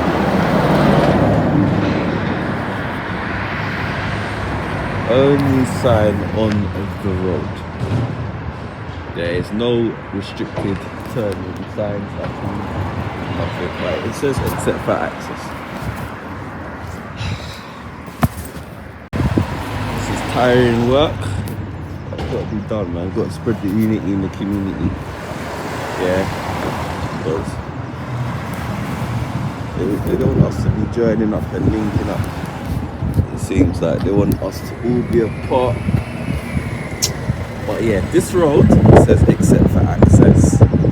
But as we all know from what I've been filming and what you've been told by your local council member, that you're not allowed to access Shakespeare Road or use it. But there is no sign stating that to you. There is no sign here. Bus drivers having a chat, causing traffic. Yeah. They get to use whatever road TfL determines, but they can just hold up the traffic and have a chat, bro. That's not on. Hurry up, man, and start having a chat.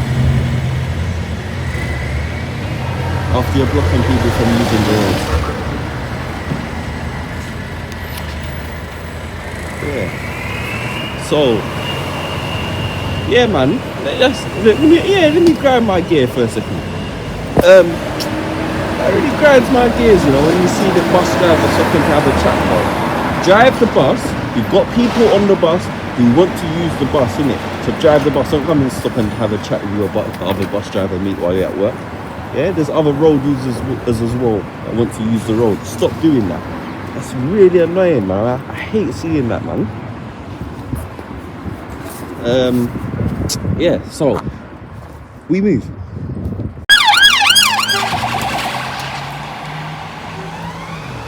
So postal LTN no fee from 28th of September. So they don't even have the correct date. It just says 28th of September. That's because they want to fool you lot probably, yeah? They done that in 2020.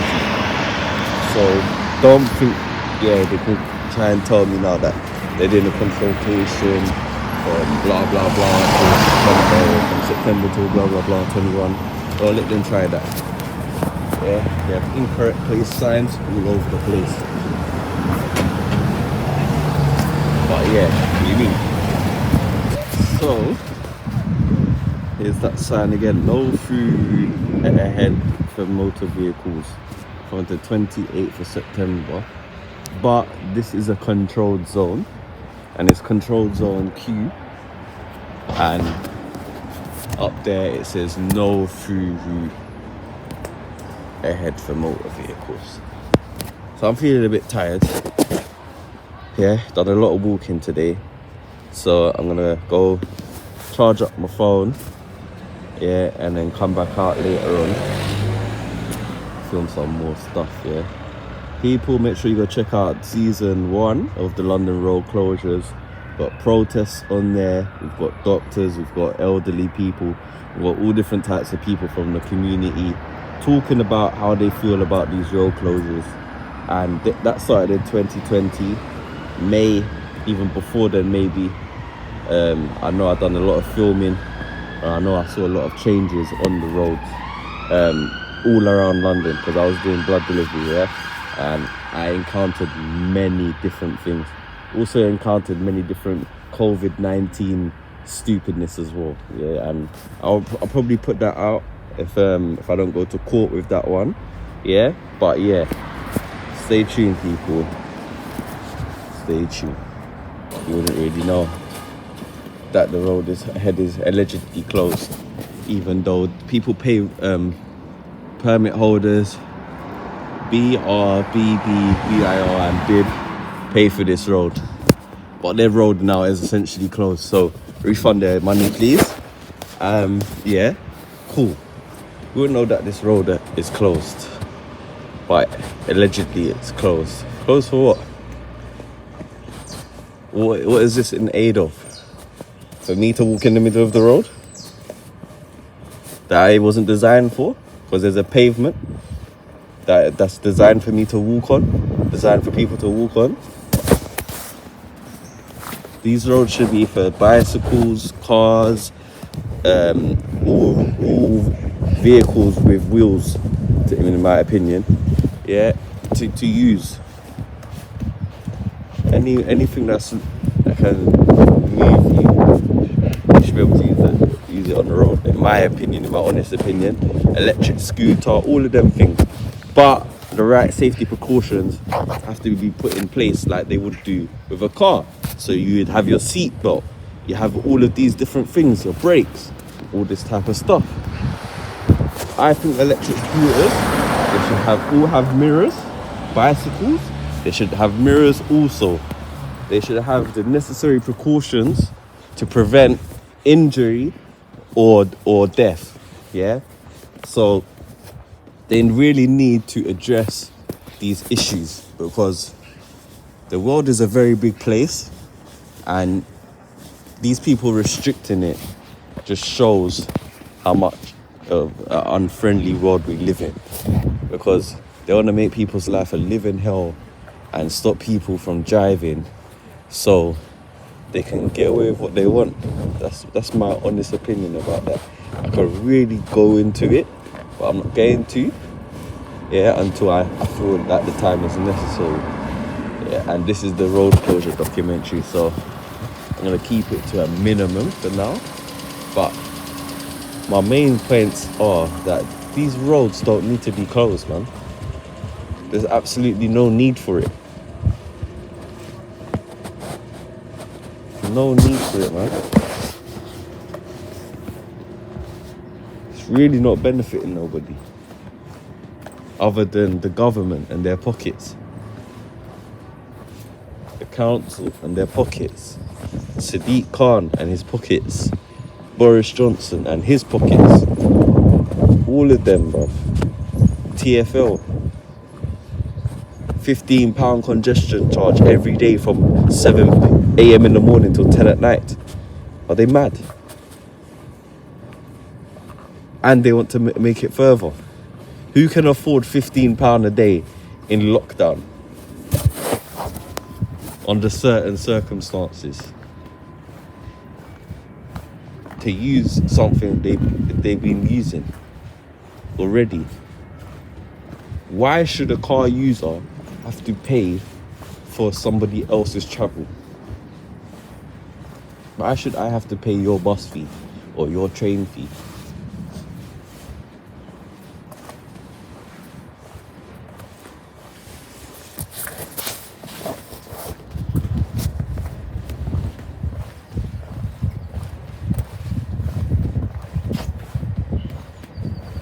It's disgusting what they've done to the community.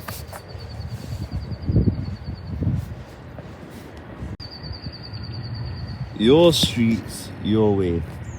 Not everyone's streets, everyone's way. It's your streets for your way, if you think in a particular way. And that's about, being part of the green recovery.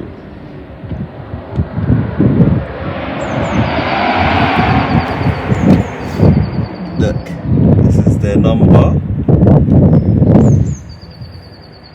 What authority do these people have over deciding how your roads are designed? And why should we give them the authority for this? It's disgusting.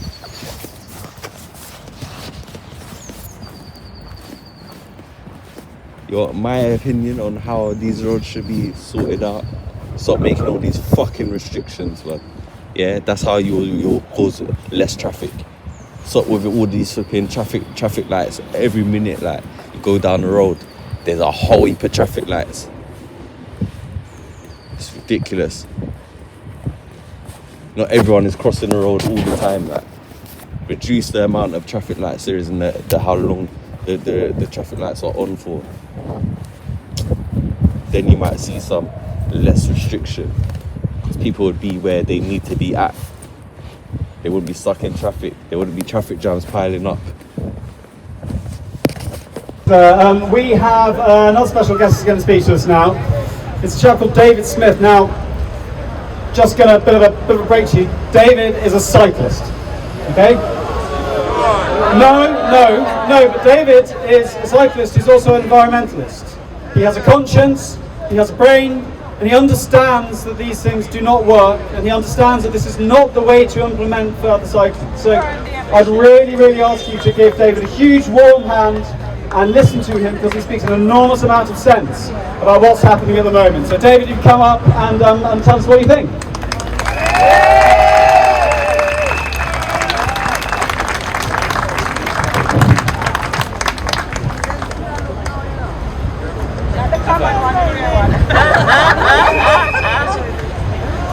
Good afternoon, Lambeth. My name is David Smith. As he said, I'm a cyclist. I cycle, my family cycles. I've started a campaign called Little Ninja UK around 4 years ago because I discovered that my children were likely to have around 14% reduced lung capacity because of where we live. We live in Wandsworth on the A3, and we used to come down here, get the bus from Wandsworth, go down the Brixton Road to Stockwell State Park, and suddenly discovered that actually Brixton Road is the most polluted road in the UK, and A3 and the South Circular Road ridiculously polluted as well. So this is the air that we're breathing. So I started campaigning to change that, and over those 4 years I kind of uncovered that children, as I discovered, are most at risk. They're closer to the vehicle exhaust pipe, they breathe 2 or 3 times more rapidly than we do as adults. Their immune system isn't as developed, so what they breathe in stays in, and what they're breathing is higher concentrations of nitrogen dioxide and what they call particulate matter, which is this small microscopic stuff that comes from brake wear, tyre wear, road surface wear, gets into the lungs, gets into the bloodstream, and where blood goes, this stuff goes. And that means it also goes into the blood-brain barrier, and we're talking about neurological development, impairment, IQ, and so on and so forth. So, you know, what's happening to our children in this country is terrible. And when we look to say, well, when is their greatest exposure? Well, it's actually on the school run, morning rush hour. And that makes sense, because that's when traffic is so heavy and that's when things are so busy. And they ask, well, where is the greatest exposure? And it's on main roads like these. So when we know that our children are exposed to this pollution, and we know actually it's not just children, obviously it's adults as well. We as adults, if you live on a main road, you're around 10%, up to 10% more likely to die of cancer, heart attack, stroke, just because of the air you're breathing. Long-term exposure also means you're more likely to die of COVID-19. So when they come up with a COVID-19 response, and it's to close side roads and push more traffic onto the main roads, it should be ringing alarm bells that something's terribly, terribly wrong. And then you start looking and say, well, who is it who's benefiting from this? Because actually 92% of cars are owned by people who live on side roads, in which case then these are the most responsible for this high pollution. They're least affected because pollution on these side roads is half as much as it is on the main roads, and yet they're closing these side roads and pushing this pollution to where our children and us as adults are more exposed. And then you look to say, well, who's on these main roads? Now, disproportionately, we know that black people and the poor suffer more air pollution than white people and affluent people. So you look around, you think, well, if your job's a bus driver, you're on these busy roads. Now, don't forget that the red routes are 5% of London's roads, but take 30% of traffic. So if you're a bus driver, you are stuck in this congested traffic, breathing this dirty air more than anyone else. If you're a street cleaner, if you work in these shops, then again, more likely to be ethnic minority and poor. So when we look at the schools, now the most polluted schools are on main roads, and 80% of those schools are deprived schools, poor and ethnic minority children. So it's not a doubt of whether or not black people and poor people are more exposed. They are. However, when I raised this last year, the impact, the kind of negativity, the kind of trolling and the behaviour and the bullying and harassment I have received from London Cycling Campaign was horrific, ridiculous. simply because I raised my hand and said, hang on a second, we need to look at this because this is a concern. I got called an idiot, and I got told I was disingenuous as an air pollution campaigner, and so on and so forth. I got told I was a charlatan for raising this.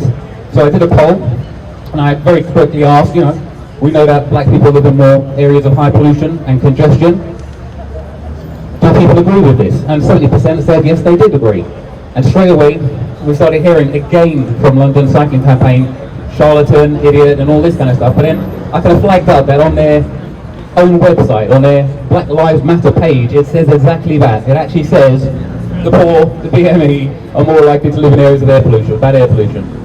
So the next thing we saw, and you probably may have seen it, was a headline in the Guardian newspaper saying low traffic neighbourhoods or low traffic schemes benefit everyone. Do they benefit everyone? And yet, this is the Guardian newspaper. The Guardian newspaper, a national newspaper, coming up with this headline. So I thought, well, okay, who's the journalist? Have a look on Google. The journalist is friends with London Cycling Campaign. They campaign together, they turn up at meetings, they talk about pushing forward without consultation. Sound familiar? So I think, all right, that's your headline. Where's the underpinning kind of research? So I look and there's a paper, and the paper doesn't actually say this. The paper talks about inside LTNs, and everybody's nice and happy inside, everything's fair inside, not outside. Outside we can tell what's happening. So I look at further and I think, well, who's writing this paper and why would they write that? Because the study that the paper is based on shows black people are more likely to live on main roads. And actually, if you think about what we just said, more likely to work on main roads, more likely to work on main roads, more likely to be waiting at the bus stop next to this congested traffic. Children more likely to go to these schools. So I look to say, well, who is this person? And I find out all of these LTN, all of the kind of research is being done by the same team, and the same person's name keeps popping up. And when you look to see this, and you look in Google again, you find out it's the former Director of Policy for London Cycling Campaign, who's now doing research to support her own policy. And you're like, that brazen, that blatant, you can really do that? Is that the way it works? And she's getting funding by TfL, by Department for Transport, funding someone to do research on their own policy. So there's a system that's taken place here that allows this to happen. It's a system that actually having a detrimental effect on the black community, actually saying this is where traffic belongs in your community. So that's when we start talking around systemic racial and social injustice. Yeah?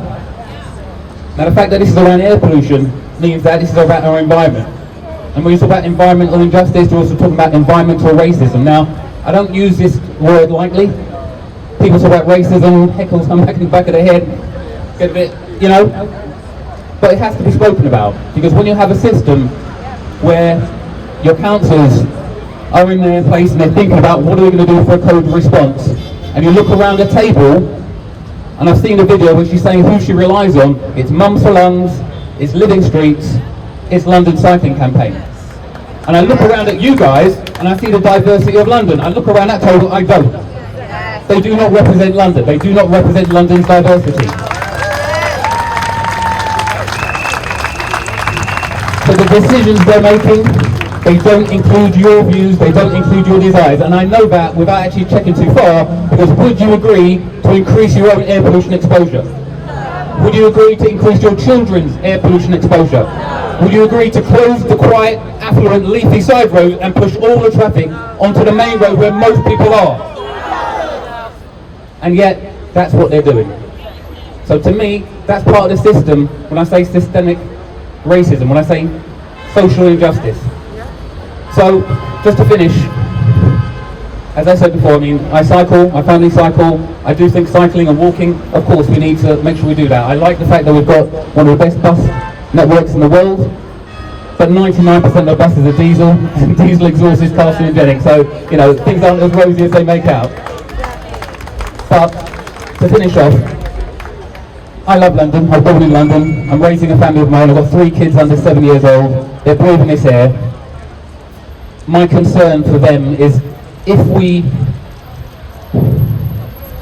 want to have an unjust city in terms of the stuff I've just been talking about, we don't have to do anything. because it's already coming, it's already taking place, and it will just continue. It will start with low traffic neighbourhoods where a small minority, influential, affluent are able to make these kind of decisions without taking into account the views of people, without democratic, without doing any quality impact assessment, just push it and impose it through. This will be what will go on and on and on and on and on. I'm sorry, that's not the London I love. That's not the London I want for my kids. Yeah? I want to see the prioritisation of the vulnerable, protecting those most in need, the poor, protecting the elderly, the disabled, prioritising our children. That's the point where we're here. We're supposed to look after our kids and make sure they grow up healthy, not stunted lung growth with an egg-sized chunk missing from their lungs, because that's what we're talking about. If we want that, we want a just city, we have to fight for it. We have to stand up and we have to talk about it. Now, when I was on the steps last time, I asked that everybody, it's your responsibility. We know what you think, but what do your friends think? What do your colleagues think? If each of you can go and find 10 people, talk to them like I've talked to you, tell them about the social injustice, tell them about the environmental racism, talk to them, change their minds, and ask them to talk to 10 as well, then suddenly we will start having the numbers that we need to really change this. Yeah? When it comes time to vote, it's been said, please vote for candidates who are against LTNs. Make your voice heard. Thank you very much, everybody. Cheers.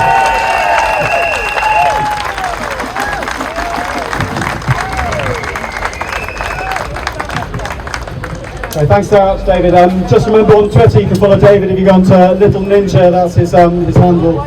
Some really, really interesting stats there. He works tirelessly to constantly ensure that the correct information gets out there, because as well we know at the moment what is coming from the council is not the right information, and they're trying to pull the wool over your eyes on a regular basis.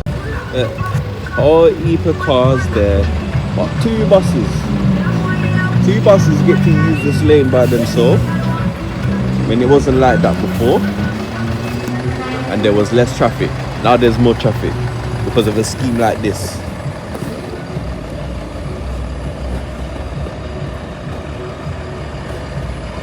What's antiviral disinfectant? You either clean it with bleach or disinfectant, or you don't clean it. Don't count with your made up bullshit. You should have been cleaning the buses from before. Now dirty the bus used to be, or still is. I don't even take the bus, so can't really give you a full valid opinion on it. But for those of you that take the bus, you must know say that the bus used to be bare dirty. Like certain seats, you slap the seat, like Jesus might pop out of the dust, bro. That's how bad the dust was on the bus was. But yeah,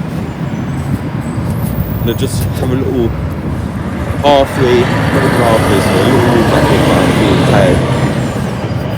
But yeah, it says no right turn into Baytree Road from Brixton Hill. Now, why would that be? Because Baytree Road leads onto Acre Lane.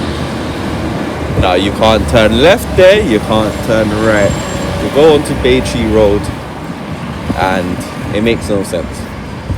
Why does it make no sense? Because it makes no sense. Because you're restricting people's movements, and you're talking about there's congestion.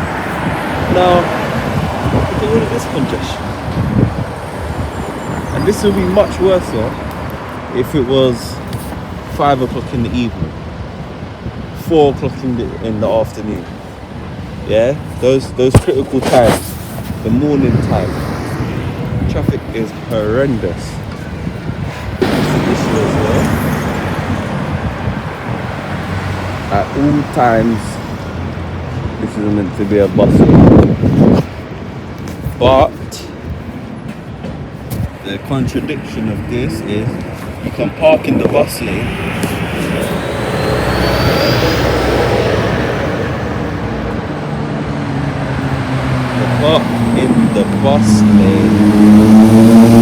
but this sign says red route, no stopping, 7 AM, 7 PM, except 10 AM, 4 PM.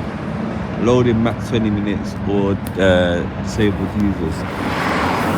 So, I'd be okay to park here, but you wouldn't if you're the normal car driver or person. And it's ridiculous. There's not a whole heap of buses coming into this bus lane all the time. There is not. So why should only the bus be able to use the lane? Why not just make it that you can't stop in the particular area unless you're loading or disabled user, yeah? And make everybody use the lanes, and then the traffic will be reduced. To me, that's rather simple, because it just is. It just makes so much sense, and you know it does. You know it does. Because what this is just bullshit, bro. It's a contradiction upon contradiction. At all times, the bus, the taxi, the motorcycle, the cycle can use this lane. It's saying, but it's okay between 10 o'clock and 4 p.m. to park here on a different sign. With a sign saying no stopping, Monday to Saturday, 7 a.m. to 7 p.m. So when you're parking, aren't you stopping? I don't understand. More contradictions upon contradictions. These people are wicked. Because you've got a nice car here, like modelled nice, yeah? But nah, he's probably gonna get a ticket. I don't get a ticket, or she don't get a ticket. Whoever it is don't get a ticket, yeah? But they're stopped in that bay, you know, for the time that it allows them to. But you've got the sign saying that they can't use the bus lane, and it's all the time you can't use the bus lane. It's stupid. But yeah, look.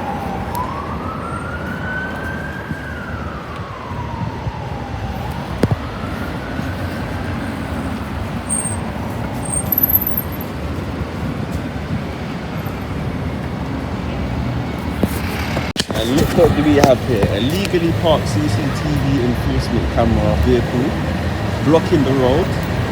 Yeah, the bus is trying to move and this vehicle is in the way. Lambo blocking the 355. He's doing CCTV enforcement. Yeah, to stop vehicles from parking in the wrong place, but he's parking in the wrong place in his damn self. Or her damn self, and you see the person driving the vehicle. Yeah, look. They inform a friend or inform a... They inform a friend. So they move, Anton's coming with the camera. So if you don't have a phone, you can't access the customer services. You don't have access to anybody that does have a phone, you don't have access to the services. If you don't have access to the internet, you don't have access to no services from the customer centre or the town in Lambeth.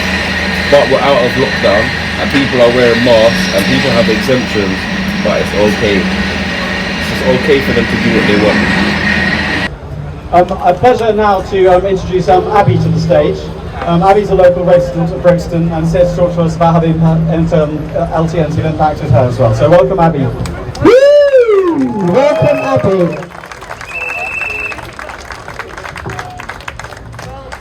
Hello.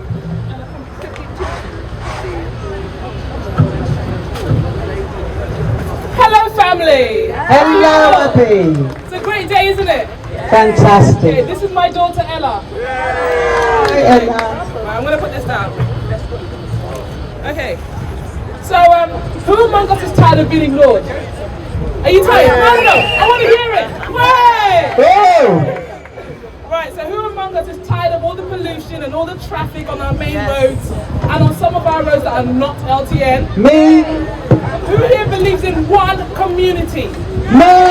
One community. One community. Labour have run Lambeth for so many years and they're relying on you to forget. They're relying on you to let this bed in, and after when it's time for the elections, you're going to forget, and thank you. You're going to forget and continue voting for Lambeth.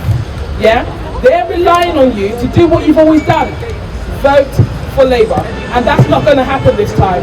They have taken the absolute mick with us, with our vote, and they're not standing for us. They're not here for us. We can see it with the LTN, and this needs to stop. Yeah. We don't want them to continue to ignore us. We need to do something about it. These LTNs are an absolute travesty on the community as a whole. They have destroyed our community. They have destroyed community cohesion, and it's enough is enough. I've just totally gone off script. We've had enough. We don't need a script. We've had enough. Right, I'm a mum. I've got 3 children. Yeah, little Ella's here, and I've got 2 other children. One of them is somewhere around. And I also care for 2 elderly people, one in Brixton and one in Merton. My weekly shop includes shopping for those 2 elderly people, and I'm expected to take £200 worth of food shopping on a bike. Yeah? Or if I don't use a bike, I need to carry on my back. I don't understand. They don't care about me. They don't care about the people I care for. Come on! Where's those claps?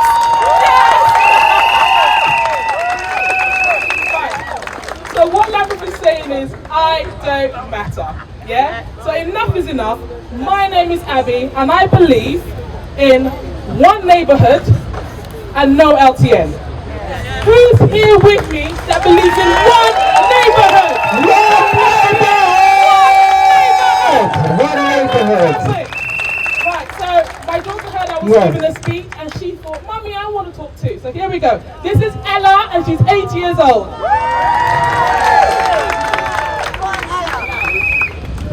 Every time I go to my grandma's house, it does always traffic, and I don't like it. No LTN! No LTN! No LTN! No LTN! No LTN! No LTNs! No LTNs! Abby, thank you so much. Well done, brother. How do you feel about the road closures? Road closures are absolutely annoying me. Absolutely annoying me. Literally, I don't know why they're here. I don't know why there's so much. I don't know why they're trying to make it look nice by putting plants in there. And why is there CCTV?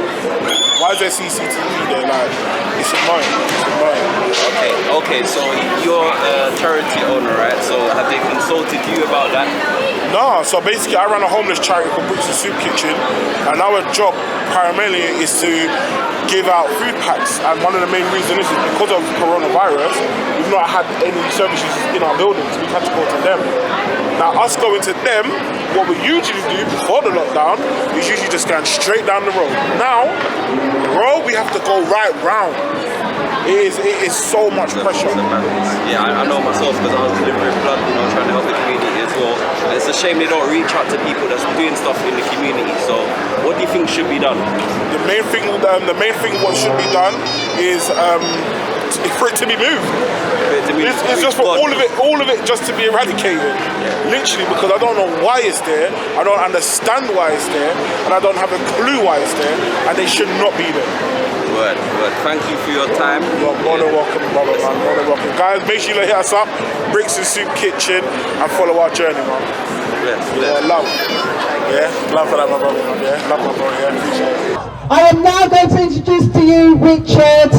Richard, come along. Give Richard a round of applause, people.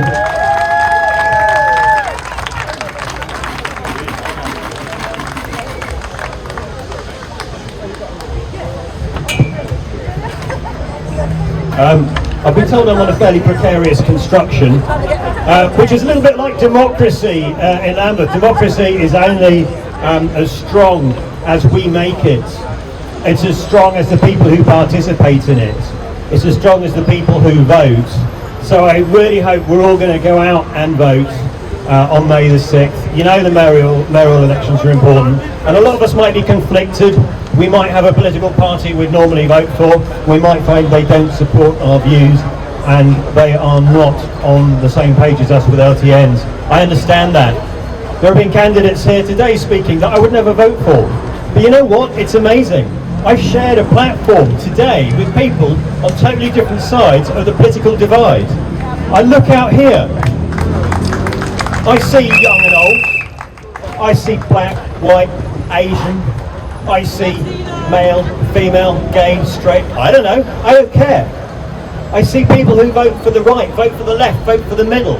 The fact is, one thing unites us, and that one thing is the way Lambeth Council has trodden on the very democracy that we hold precious. They told us they were introducing LTNs as an emergency measure because of COVID-19. Do you believe that? No! If you knew that there was a pandemic coming, don't forget this was already when we knew it was serious. Would you, if you, I don't know, let's say you didn't want your kids to go and play with their mate online, would you say, oh no, you can't do that because of the pandemic? No. Would you use a deadly pandemic as an excuse to introduce a policy that you had been planning for years? No. What cynical, disrespectful behaviour from Lambeth to do this to us under the false pretences of the deadliest pandemic in 100 years. So I challenged Claire Holland in a council meeting. I challenged her and I said, I think your real emergency was not the pandemic, it was spending the money that you had in a budget. And do you know what she said? She said yes. She said yes, we needed to use, now to be fair, I mean, you know, I'm not going to pretend that Claire Holland said, you know what, Richard, you're absolutely right, we lied to you. No, she didn't, of course not, right? But what she did say is they had a certain tranche of money that needed to be spent by a certain date, and we know where it came from. We know it's to do with Cleaner London campaign, we know it's to do with the pandemic money, but they were allowed to use pandemic funding to introduce these things that they had been planning for years, okay?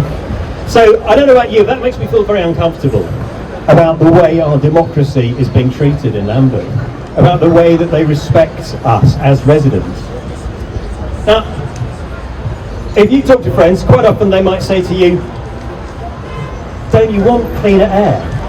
Don't you want, you know, quieter streets? Don't you want a better life? Don't you think there are already too many cars? Have you ever had a conversation where somebody says to you, well, we've got to do something about pollution, right? Well, do you know what? The wrong solution is not the right solution. And LTNs are the wrong solution. It's the wrong solution to pollution. If you think about all the quiet residential roads, I lived on one of those roads for 24 years before I, with rather bad timing, moved to Cold Harbour Lane. It was quiet during the day. Some are busier, some are not. Maybe at rush hour it's pretty busy. Most of the day it's fine. Now what you do is you take that small amount of pollution from these nice quiet roads and you make the cars go 3 times as long just for local traffic, right? So you're taking this small amount of pollution and you're now turning it into 3 times as much pollution. But you're not only multiplying it because of the distance, you're also creating congestion. Vehicles in congested traffic emit between 30 and 80% more pollution for the same distance covered. So now we've got longer distances and more polluting journeys. Then, what are Lambeth doing with it? They are sending those journeys onto the busiest roads where the most polluted air is. And we've already heard from Little Ninja, there is a genuine political racist issue with this. Now I'm not accusing Lambeth of deliberate racism. I'm saying that they have disregarded the social and racial impact of their plans, okay? You know, there are 10,000 school children on just 4 main roads in Lambeth that Lambeth have seen fit to divert daytime traffic onto. Where do kids spend most of their time? At school. Where do Lambeth send the traffic that used to just puddle up and down, you know, doing a delivery van or something like that through their little residential streets? To the streets where the children live. Sorry, to the streets where they are at school. So, if somebody says to you, we've got to do something about pollution, yes, we have. LTNs are not the solution, they make it worse, they compound it, and they focus it on the people who already live in the most polluted air. If you are exposed to greater pollution, it increases your risk of heart attack, of stroke, of COPD, and of asthma. So Lambeth is kind of introducing, what, should I call it a health apartheid? Is that too strong an expression? Or is that what it feels like? Yes. If you live in an LTN, that little bit of pollution has now been dumped on all the people who had the most pollution to begin with. And what's the result? Well, I don't know. Is it because they want the middle class votes from the middle class houses in the middle class LTNs? Maybe, maybe not. I'm middle class, you can hear my accent. It's not about class. It's about justice. It's about democracy. And if you believe in democracy, not demagoguery, if you believe in clean air, not clever tricks, if you believe that we should be treated with respect and that Lambeth should not be poisoning the few for the benefit of the few voters, then it is time to stand up. Remember, there is a legal challenge. Hopefully everybody knows this. Hopefully you've all donated. There's a QR code. Please go to that, show it to your friends, share it around, put it on Facebook, on Twitter, on Instagram. We need to raise about £13,000 before the 9th of June because we need to take Lambeth to court. We need to hold them to account, and we need to stand up for clean air, for justice, and for democracy. Yes.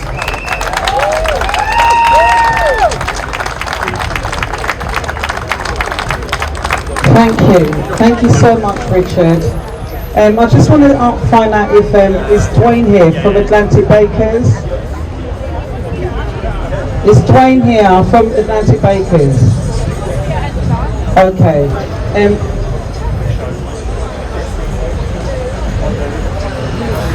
So I'm going to introduce to you Solomon from Brixton Soup Kitchen.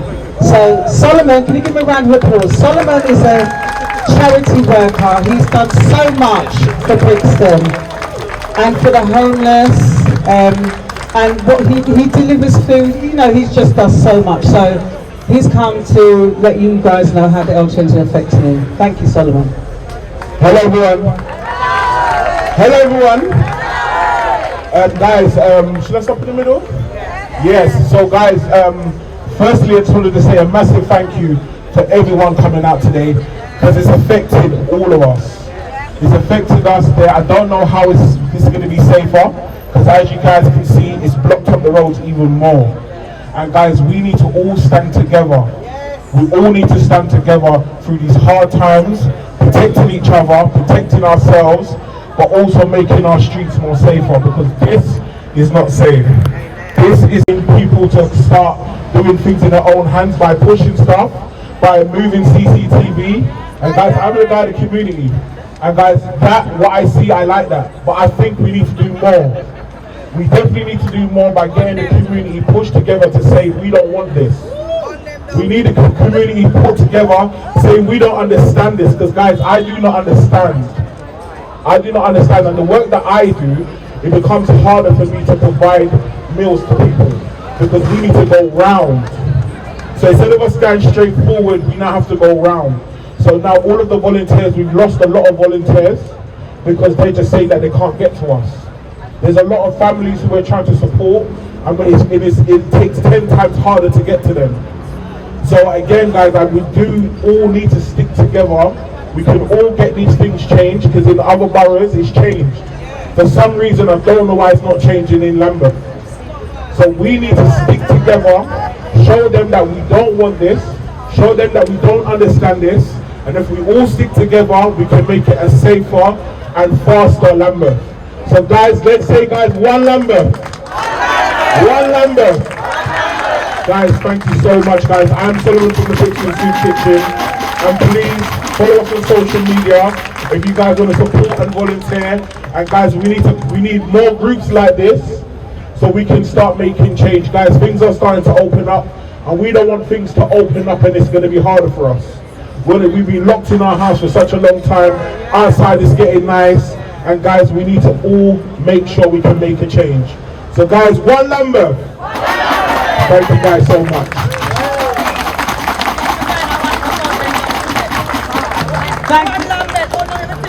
Just thanks, Solomon. Do we have Niall here? Thank you. Anyway. Well, it looks like, guys, we have come to the end of the road. Sorry for the pun. They're all after me.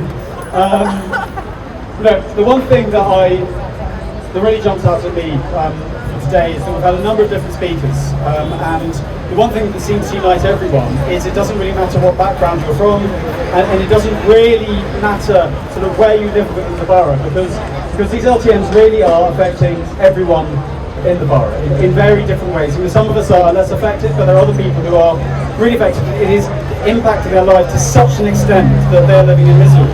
And the reason why we are not being listened to is because there are a couple of Westlands grade narcissists up in that town hall who refuse to listen to us. Now, there are a few ways in which we can get them to listen. The first is please give to the legal aid fund, to our legal fund, so we can fight this in the courts. Because fundamentally, it is the courts that really have the power to be able to overturn the decision from the executive in that town hall. If the court side of us, that's it. These things will have to go, and they'll have to do what the court directs them. But there are another couple of ways to deal with this. We've had some wonderful mayoral candidates who have come down today who have spoken about the fact that they will want to get rid of the LTNs as well.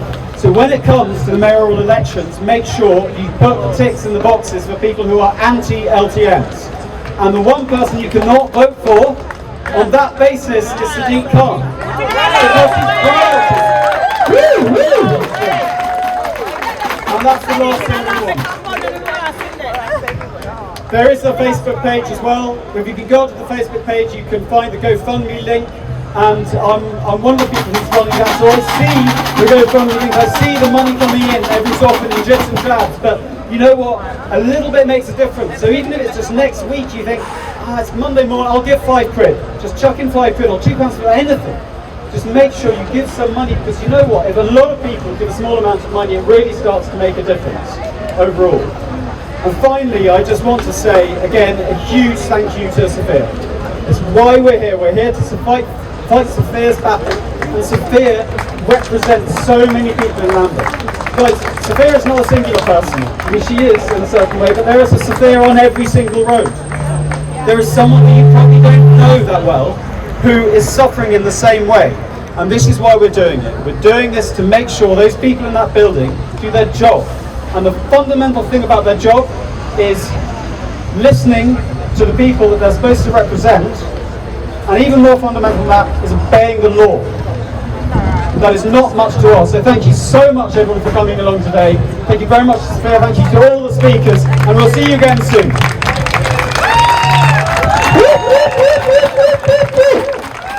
Thank you, Charlie. Now, people, are you ready? All right. Now, we're going to settle ourselves, get ready to go. Right, we've got 10 minutes, so I'm going to play a little bit of Bob Marley, alright? I want to see you lot doing a little jog and be nice to each other, social distancing at the same time. Thank you all for coming out. We've got to stand together because unity is power. You've got to stand together, do not be broken. You've got to stand up and fight for your rights. We cannot let these people get away with nothing. Do you understand? Because we want our streets back. What do we want? What do we want then? Laters, everybody. Big up. Thank you for coming. In the meantime, you've got me here interviewing Anton Too Bad, because in my tool bad. I'm gonna get in the camera shot, cool. So, what makes you, can you hear me? Okay, what makes you wanna stand out here all day for apparently no reason? Some people say that you're out here for no reason, nothing's gonna happen. You're not gonna get any victory when it comes to these pagans in power. So what keeps you out here as a DJ / entertainer? I'm just. Sorry, I'm not used to holding mics like this. Boom. Okay, cool. Well, can't really hear myself right now, so I'm hoping it's recording. Hope it is. But yeah, what keeps me going with this thing is that my whole life, yeah, I've seen them do bare different fuckery, yeah, to the roads, to bare different things, yeah. And I was doing blood delivery last year, and when I was going to the hospital to go do this blood delivery using my own petrol to do self-employed business, yeah, that I was met with loads of roadblocks, planters, all of that type of stuff, yeah. And it made me have to go around, you know, a whole long entrance, not a long entrance, sorry, a whole long way to get to the entrance of the hospital, yeah. And it will cost me money as well. And in the daytime, yeah, I could not really get nowhere. As you can see now in Brixton, a day like this on a Saturday, to work at a time like this, I could not do it. So I would have to work at night time, yeah. And there was a lot of different COVID-19 foolishness, I will call it. I'm just honestly, I don't know how to describe it other than that. It's just foolishness, because I'll be doing deliveries, you know, trying to get to these places, and they've blocked the roads and they've given no consultation. They've told nobody nothing. And then when you're telling them about it, they're telling you they're going to do more. So I met with a whole heap of different people on the road, random people I've never met in my life, and they gave me their honest opinion about what they think is going on. And that's why I decided to make a documentary, and I done season 1, and now this is season 2. So we're in 2021 of them fucking up the roads again. So that's why I'm continuing to do it, and I hope, yeah, that the legal way is the right way, and that it can be done without anybody causing any havoc. But really and truly, if they don't listen to us, why the hell should we listen to them anymore? That's how I feel about this thing.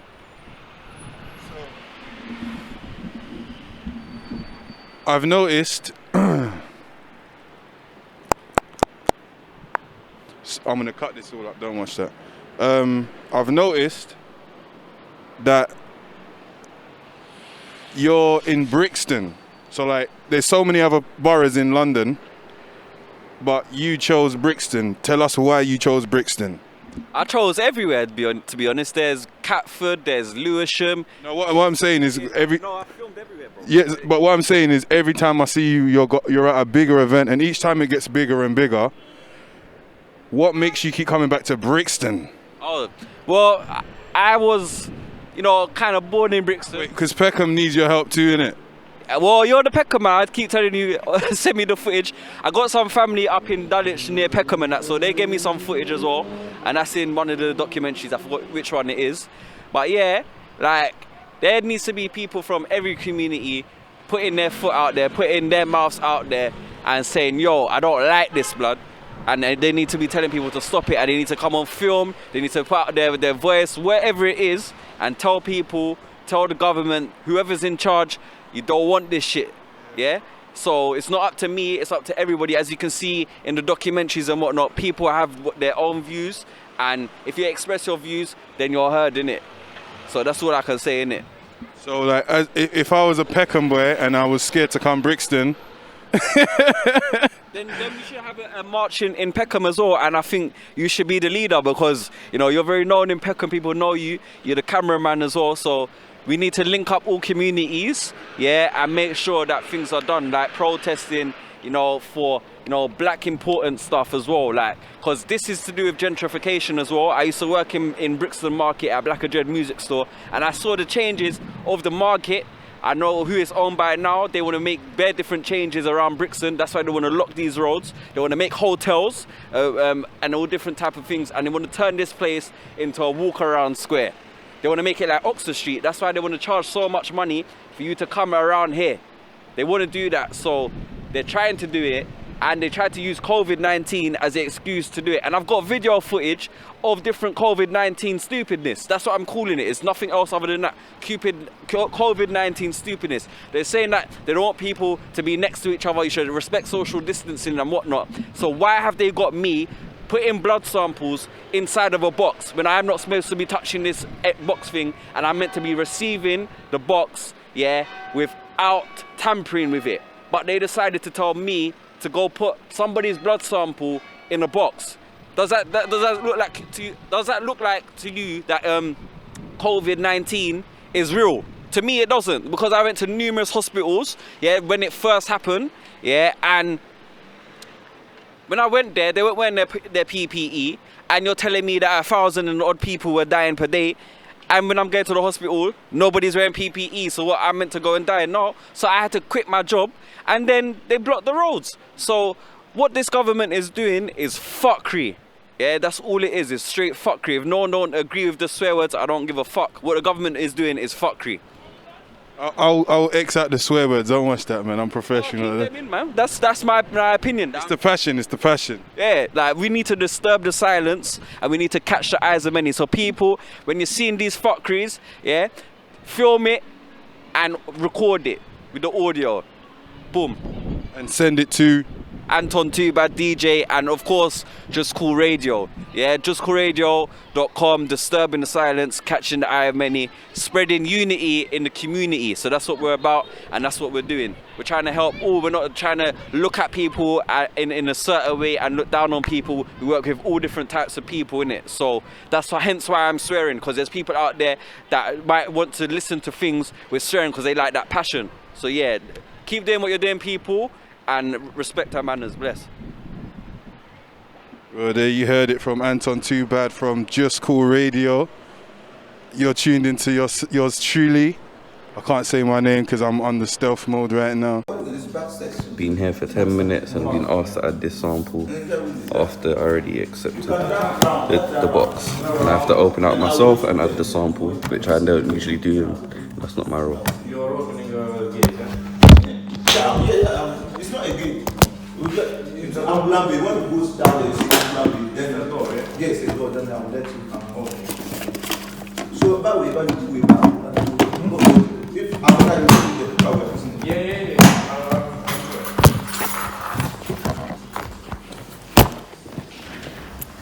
But yeah, man, it's been a good day out in Brixton. We're out here. We caught all the traffic. We got footage of a fire brigade having to do a maneuver that was illegal to get through all the traffic in Brixton.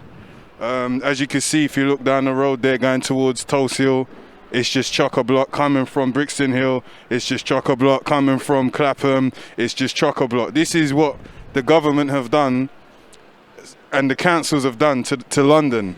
And for me, I drive an electric car.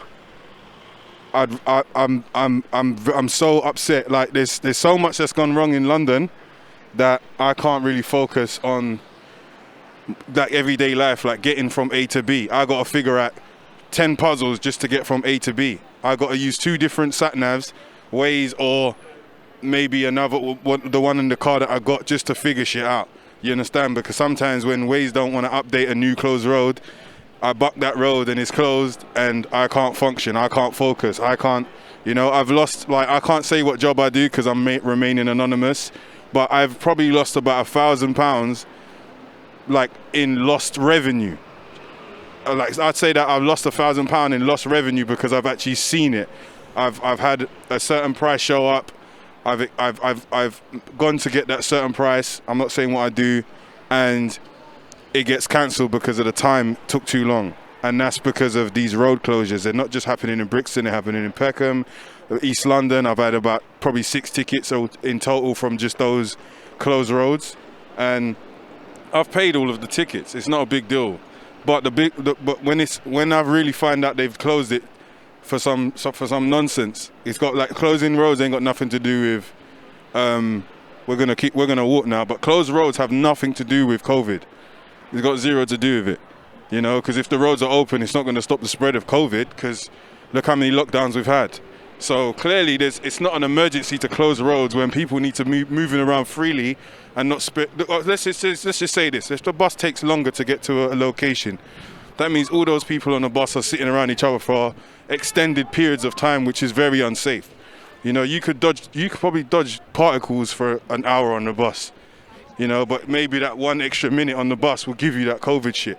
And that's just me being extreme at the moment, but it's just, sometimes it could be just as simple as being extreme when you're thinking about such a deadly virus. And for me, I don't really look too much into the virus. I'm looking more into the actions of the people that are supposed to be leading, the people that we vote for to make our lives more difficult. Do you understand? How the hell does that make sense? How do we vote for people that make our lives more difficult? It don't make sense. But we're still living that. We're still voting for people that make our lives difficult. And next time I vote for a candidate, that person has to say, I'm here to make your life simple. I'm here to simplify your life. I'm not here to make your life more toxic or drastic, or like have so much things going on you can't even remember your family members' birthdays and things like that because you're so tied up in this construction site called London. Do you understand? Forever. They don't like have a day off or nothing. They just continue block. I'm just walking around and all I'm seeing is cones and broken pavements and blocked roads, and it's just non-stop. You can't park here, I don't even know what they're doing there. They're putting a bollard so you can't even crash into it or whatever, but anyway, who cares? All this walking space around here is just useless space, man. You know, it's just bare people just hanging around drinking and shit. But they're not focused on that. They're focused more on how many people want to drive from A to B swiftly, without complications, without any sort of delays. And when I talk about things like this, I believe, I don't know if that wind's coming in a microphone, but I truly believe that they're only doing this so they can extend certain things through the areas that are congested, because they would then tell you, oh, well, it's too congested in Brixton, we need to bring congestion charge there. So for me, that's what I think the plan is. They're trying to bring the congestion charge up to North-South Circular. They would do it within a couple of years, and there will be nothing you can say or do about it. And that's not a democracy, that's a dictatorship. And I don't want to be a part of a dictatorship. And so, you know, that's just what it is. It is what it is. I'm not here to tell people to do anything. I'm just trying to enlighten people about what's just simple. You know, what's not complicated, what's just actually simple. But yeah, man, I'm just at the car now. I'm going to shut off. I'm going to sign out. Capucino, the Blood Cloth Show. Don't fuck with us. It's not pavement, bro. For your bicycle, off the pavement. I can't put my car on the pavement. We're going to make this road no accesses and buses only. Now, this road called Harbour Lane is a long road, and it leads to King's College Hospital, which is a hospital. So if people had an emergency or something, they would ideally need to use this road if they was in this area, because it leads you straight towards the hospital. Now you have to do where's Waldo like type of thing, like to get there, like you have to go around up so and go down so and go left so and then go all different type of places, bro, because they want to fuck up the roads. Okay, so look, it looks like we have another planter ready to go disrupt the ends. The area, Porous Road. So from the 14th to the 16th, they're taking away a car space for this rubbish to block the road.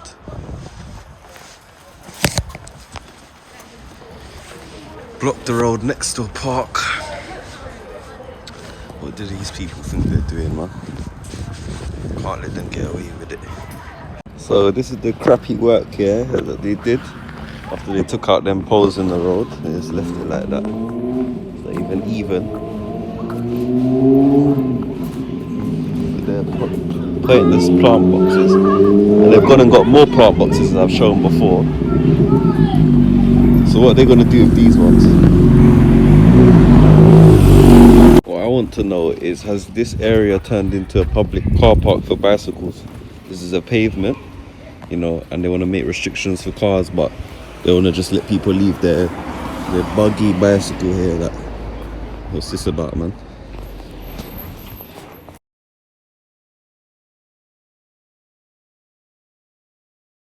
They've even decided to paint new lines rather than spend the money on fixing the road in other areas that need fixing. It's ridiculous. Just let the people drive their cars, man. Spent a whole heap of money on this no entry sign. It's ridiculous, man. Right next to a tyre shop. Mechanics in the area, like, it's not good, man.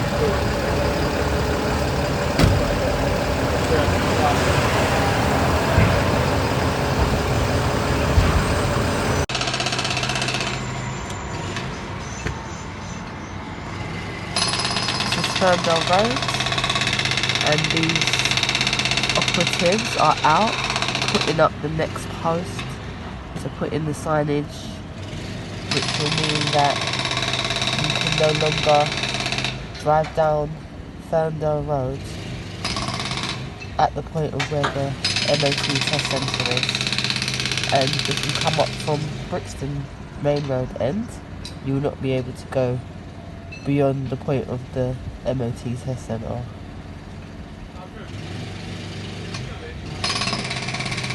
You can even see cars driving and hesitating presently.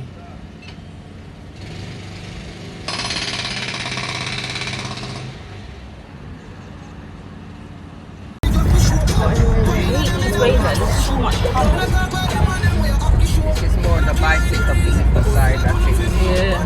A bit of Peckham that they now acknowledge. Oh, this is still Peckham? Yeah, C15. One-way road.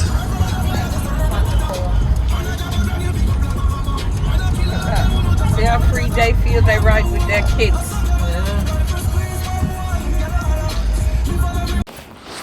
So, as you can see, you know, they said they wasn't blocking the roads, the contractors, when I spoke to them, but they are blocking the roads.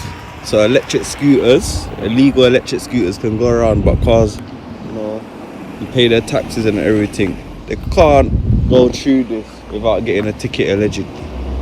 So people just go through it, bun these people, bro.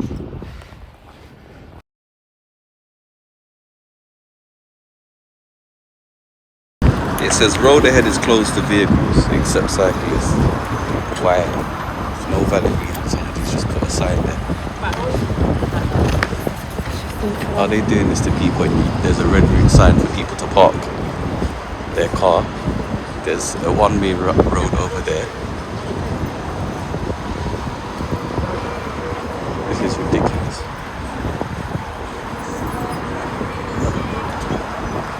Since when is Cold Harbour Lane not designed for vehicles?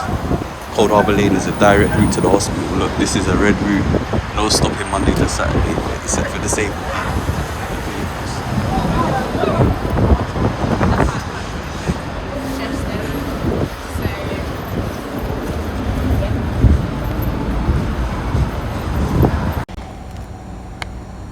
Alright, cool. I'm in the NHS blood and delivery place. Y'all know me, I'm delivering blood. And of course in London it's very hard to deliver now because of all the road restrictions and stuff. And all the COVID restrictions and that type of stuff. But you know, I'm in here without my mask on because it doesn't fucking matter. Yeah, if you want me to be very clear, but it doesn't matter. Yeah, because it don't. I've been to numerous hospitals and all these different places, and people walk around with no mask, bro. Look at one now.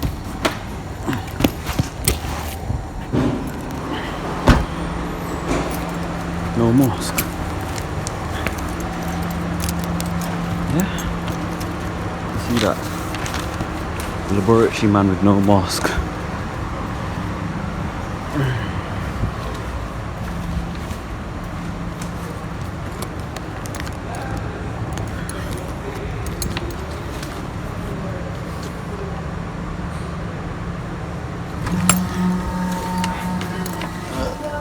All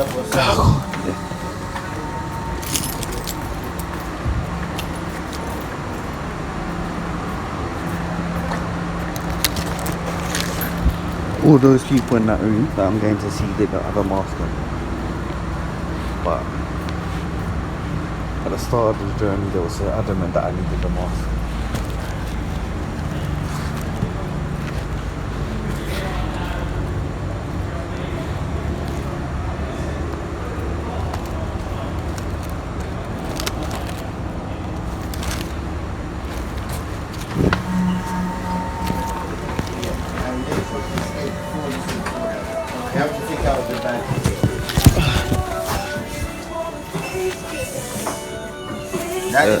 Yeah. Ready?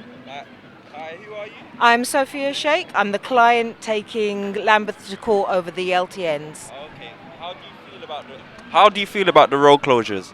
I mean, it's had a devastating and really negative effect on my life and all my neighbours' life. So I'm not very happy about it. I'm not happy about how they brought these changes and these road closures about. They've done it in a very backhanded, sneaky way and used COVID as an excuse to bring it about.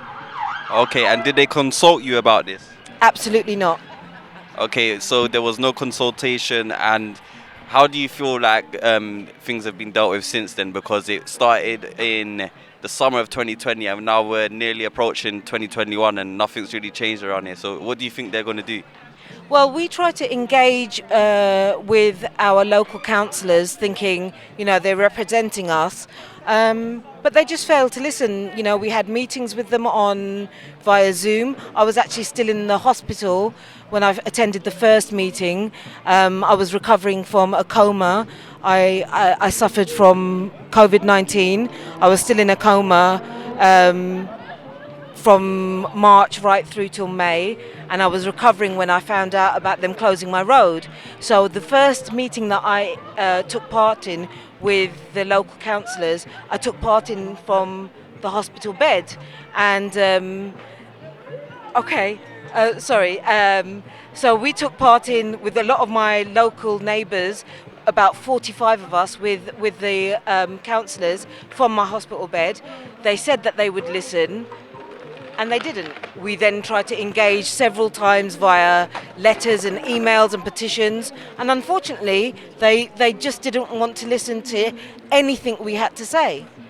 So, you know, the only option we had then was to protest, and they didn't listen again, and it's led to us having to come together and fundraise and me take legal action, which is a last resort really, because it's really expensive.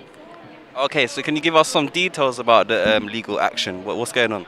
Okay, it's based on the fact that I'm a disabled resident and I have protected characteristics which have been completely ignored and they haven't followed. Well, they followed a very limited consultation to do with disabled residents. They've only consulted with RNIB, which deals with people with visual impairments, and that's all they did. They didn't consult with any organisations to do with mobility restrictions or anybody with any other kind of disability. So,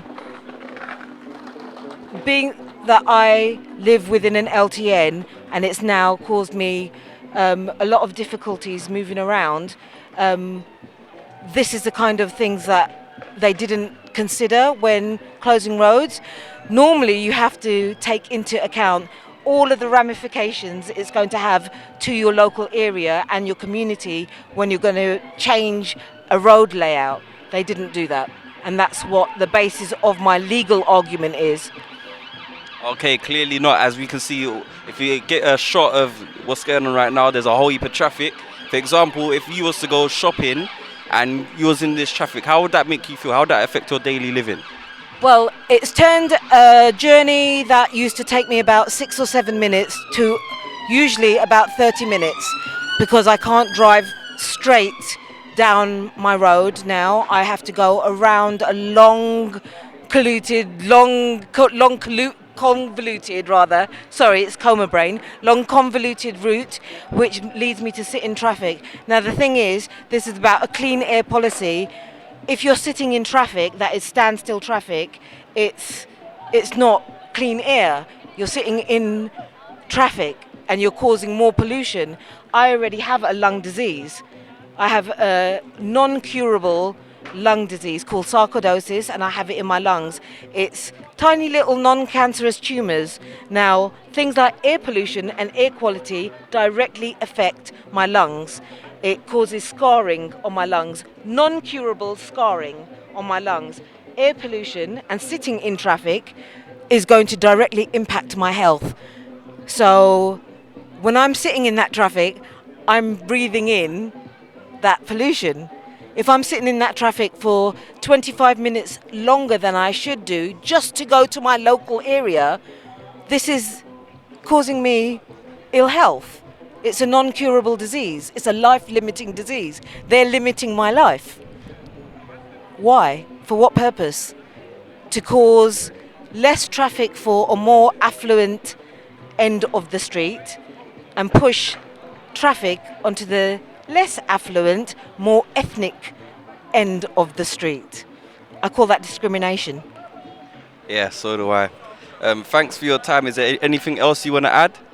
I want to add that I don't discriminate. I want clean air. I just happen to want it for all. My policy would be roads for all. I'm not anti-cyclist. I want them to have safe, clean air, but not at the cost of others. I want it for everybody. Their policy is clean air for some and pollution for others. That's not fair. That's unjust. I'm about justice, not injustice. Okay, cool. So I hope your court case goes well and you win. And we want us to have no LTNs around here because it's disgusting. Yeah. I need people to donate to the GoFundMe page because I don't have £30,000. I need people to donate because I'm doing it for everybody in Lambeth, because this is not just about me, it's about everybody who do not want to drive and sit in traffic. There's nothing wrong with driving. I have a hybrid car. I have a non-polluting vehicle, and I specifically chose it because I am very careful and mindful about the environment. So we're not all devils, the people that drive the cars. The people that cause pollution and make decisions against half of the population are the devils, not the people that are trying to solve the problem. That's it. All right, thank you, Sophia. Have a great day. Thank you. Thank you, Antoine. Thank you. Lion. Appreciate your time. Thank you. Are you taking me a picture too? Nice videoing, film. No, I'm not having a picture there. Don't worry, I can blank you out if you want me to blank you out. Yeah, one more says, there's 2 care homes where my mother lives, yeah? Yeah. And a 2-minute drive to my mother's now take me 15 minutes because I got to come all the way down Ratchford Road, go back onto Effra Road, come back round on the one-way system to Dulwich Road to get back to a care home, which is ridiculous. The roads round there is not troubling anybody. Plus, they're locking down the roads for bicycles. You can't take your children to hospital or your parents to hospital on a bicycle. And when you're stuck in traffic, it's ridiculous to come onto the main road and stuck in the traffic for half an hour. You can't stop because of bicycle lanes and bus lanes. If your child is sick, there's no road to stop on to say, attend to your pitney. It's ridiculous. They need to do better than what they might do now and stop trying to dig up money to poor people. Yeah? Done. Cool. All right. So, they really don't want people to go to the hospital via the car. One of the safest ways to get to the hospital. It's disgusting. Road ahead closed except cycles. So why is the P5 bus getting through then if the road is closed? Who decided to put this stupid signs here? And they should be removed. It would be murder if I jump and step across the border. Them woulda bright face the outer order. Just cool Addy and Dada. We bury any jump and frown, yeah. Yeah, you know it's just cool. Yeah, you know it's just cool radio. Hey, you are listening to Just Cool. You better be listening to it right now. Just Cool Radio. Just Cool Radio. When they go me the song, them can't cool, them can't tame, them get wild. Tune in to Just Cool Radio. Do you know Just Cool Radio? Yeah. Tune in. Where them take we for them things them man a walk over. This a thing can't talk over. From Just Cool Radio band them a real soldier. See the line there, don't try cross over. Hey, Just Cool. Jaja guide us from the storm in your arms. Keep us safe and warm from all arms.